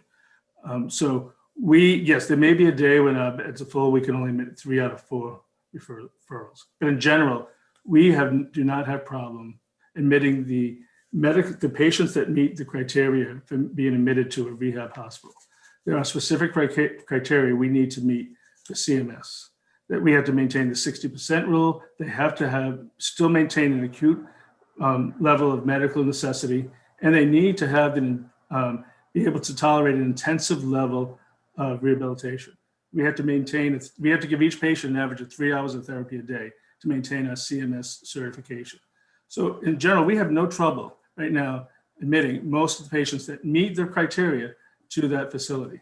So we are not aware that there is an urgent need or a need for additional beds in the Seacoast region. But do you accept all Medicaid patients? Yes, we do. Medicaid, during the height of the pandemic, 15% of our patients were Medicaid. Now it's about 12%. So we participate in the New Hampshire Medicaid program, as well as with the Medicaid managed care payers. So you would accept all Medicaid patients? Yes. Okay. All right. Thank you. Are there other questions? Seeing none. Griffin, how are we doing on part 5? I have Dean wishing to speak a second time. Okay. Go ahead. Senator, thanks. Just a couple comments and reaction to the last statements.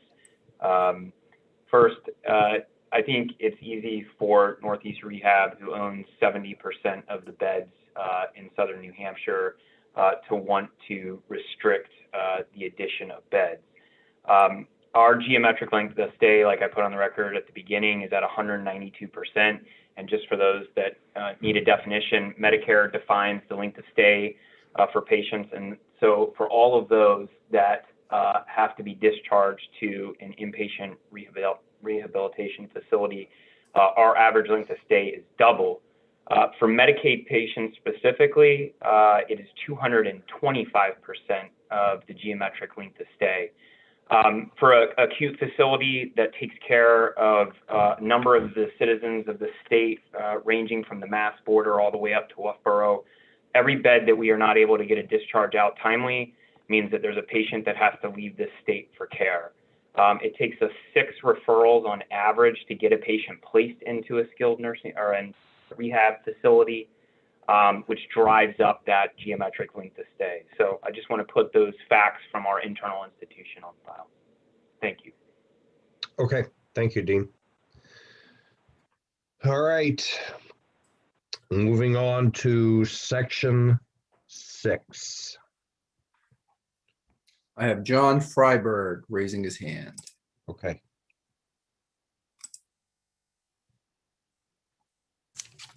Good afternoon, Senators. Can you hear me?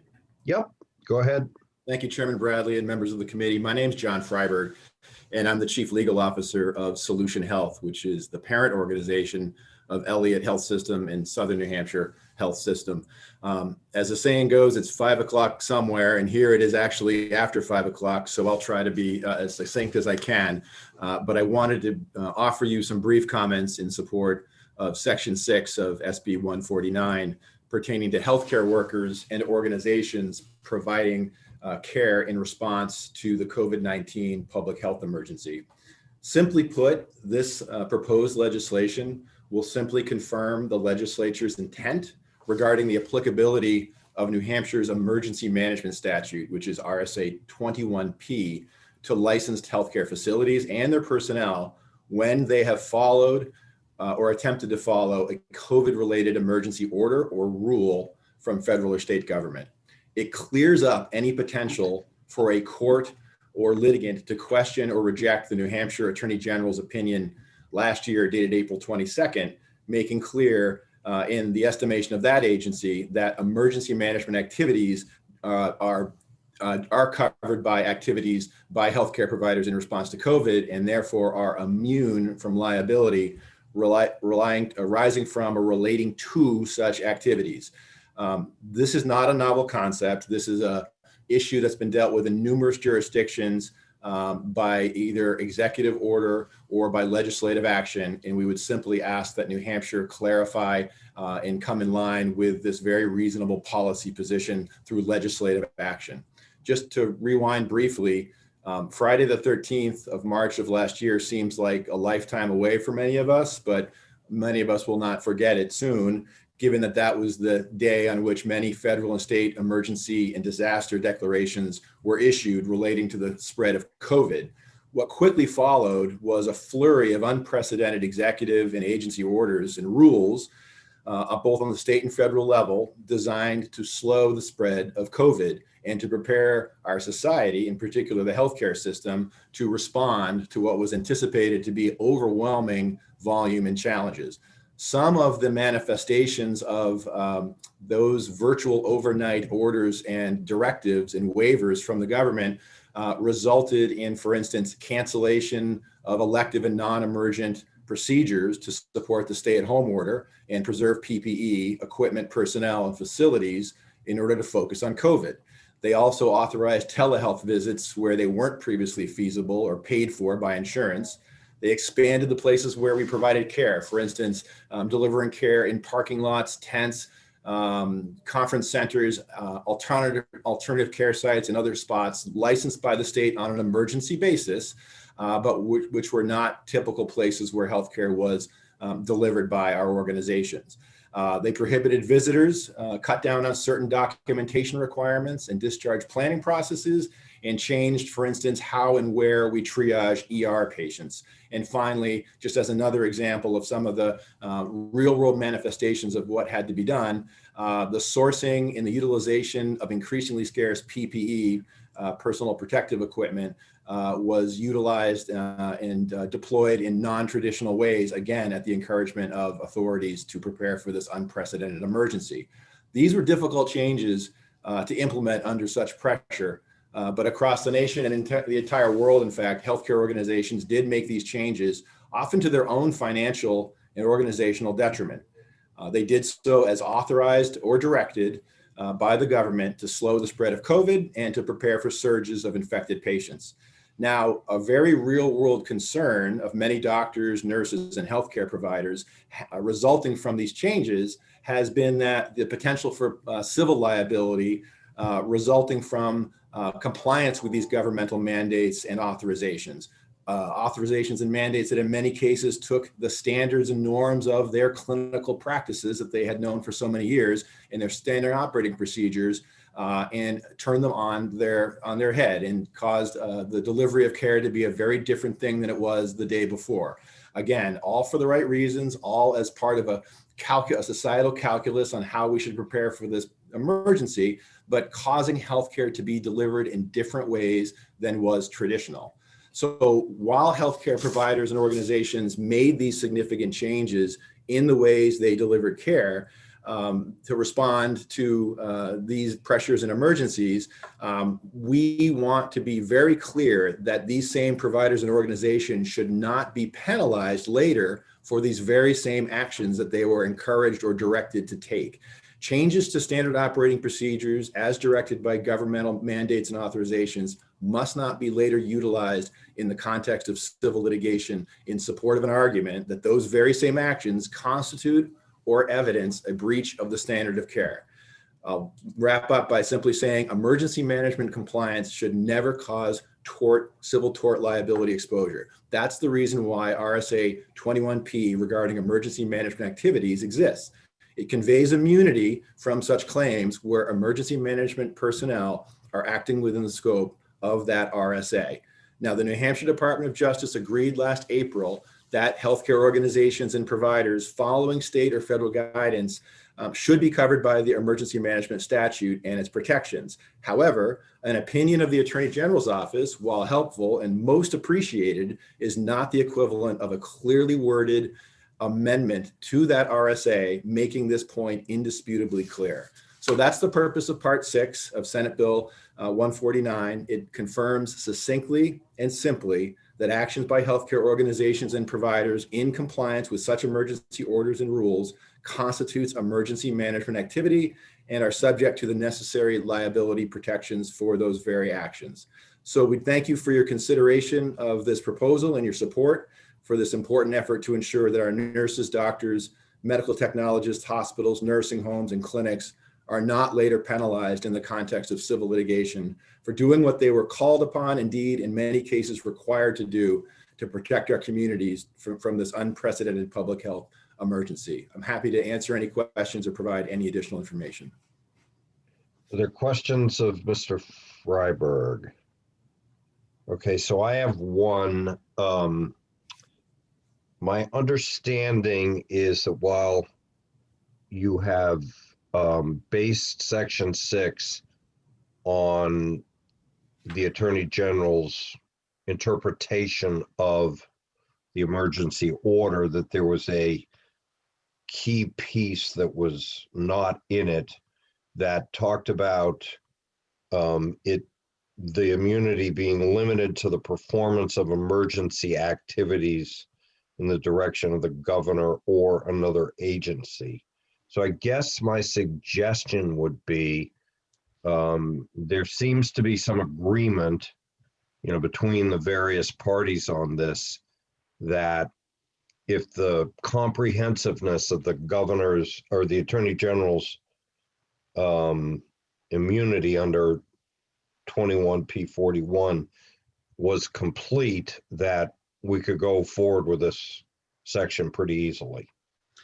Yes, Senator, there was a question raised late yesterday about that very issue, and we've reached an agreement in earnest with the parties raising that to come up with some mutually agreeable language that would address it. And we will work on that between now and this being brought forward to bring it forward to further consideration. So that is a fine tuning tweak that we're going to work on, but the parties were in agreement as to what this proposed language was intended to achieve and what it was not. And we have a shared mental model in that regard, and we'll work on that issue you raised. You don't know how good at 527 the words mutually agreeable sound to me.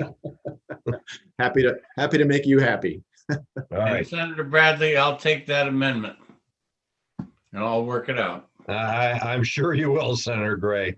And I'm going to assign you to section 3 too, since you're the expert on that section. And we appreciate Senator Gray's help. So thank you for that offer, Senator.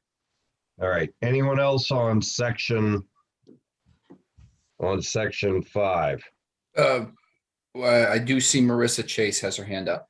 Okay. Good afternoon, Marissa.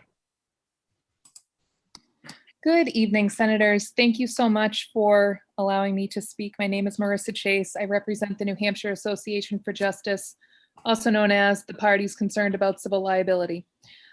We did have a conversation yesterday afternoon with Mr. Freiberg and some of his colleagues and some of the folks I have the pleasure of working for. The New Hampshire Association for Justice is a statewide professional association of attorneys. Typically, we get very nervous whenever we see any limitation of liability. Mr. Freiberg is correct that I believe we are in agreement on the principle of what we're trying to get at. We just have grave concerns over how broad the language is now, and if that one sentence just verbatim from the Attorney General's very complete opinion were added in, or something very similar to it that I'm sure Mr. Freiberg and us can work out, then we will be all set. We understand it's a pandemic. We understand we're in unprecedented times. We don't want to make your lives or anyone else's more difficult. To that end, and I know we're in section 6 right now, but just to echo, there is another liability limitation in Senate Bill 149 in section 3, Senator Waters' piece, and I believe he tried to reference it's paragraph 6 that he suggested may be eliminated. I'm happy to follow up with an email to the committee with all of these suggested changes, and I'm happy to copy Mr. Freiberg as well. And Senator Gray, if you're tasked with the amendment, I'm happy to spend as much time with you as you will withstand. As far as I know, I only have sections 3 and 6 right now. Those are ours too. Okay. We'll become great friends. You know what, Jim? It's pretty soon going to be called a Gray special, not a Bradley special. Thank you very much, Senators. All right. Anyone else on section 6? I have Paula Minahan's raised on part 6. Okay. Hi, Paula. Good evening, Chairman and members of the committee. For the record, Paula Minahan from the New Hampshire Hospital Association. I will be very brief. I did submit my written comments, and I will just basically reiterate, I'm not going to reiterate because he did such a great job, what Attorney Freiberg said. We are supportive of part 6 and for all the reasons he stated, and our hospitals are very supportive, and certainly whatever can get worked out to address the concerns raised by Ms. Chase and her members, we are fine with. Can I also just make a comment on section 7 while I have the floor, and I'll be really quick. Yes, you may. Thank you. So I have to admit, I did not follow Senate Bill 45 closely enough, thinking that our section, which is the section that got separated from the original bill from last year, ended up in this bill. So I am fine with Senate Bill 45 amendment because the language, as Senator Rosenwald indicated, is identical. So you will see our testimony why this is so important, and it really is very important, that section. I just implore you to make sure that whatever vehicle makes sense to make sure that we can get this passed is what I would ask that we do, because we weren't able to get it passed last year, and it's really, really important to our hospitals to automate the EMR PDMP integration process. But if 45 is on its way over to the House, and you think that'll be the right vehicle, then I trust you. So that's it for me. All right, Paula. Well, thank you very much. I know you've been part of numerous Bradley specials. You're going to get the chance to be part of a Gray special. There we go. I look forward to that, Senator. All right. Griffin, how are we doing? I see no other hands raised for part 7. If anybody wishes to speak, please raise your hand. Lovely. I think we're good. All right. Part 7. Oh, yeah, I don't see any hands raised on part 7. Oh, no hands raised on part 7. Oh my God. What a wonderful thing. All right. I'm going to give everybody a chance who might want to weigh in again, one last chance before I close the hearing. Okay. I'm going to close the hearing on Senate Bill 149. Just for members of the committee and the public, obviously these are a lot of FN bills, so we're going to have them out of committee, I think by the 11th of March. So be prepared to work over the break. Okay? At least a little bit. Is there anything else? Senator Whitley, Senator Gray? Good. I wore you down, huh? Still here. Maybe I'm just hungry. All right. Let's have a motion to adjourn. So moved. Second.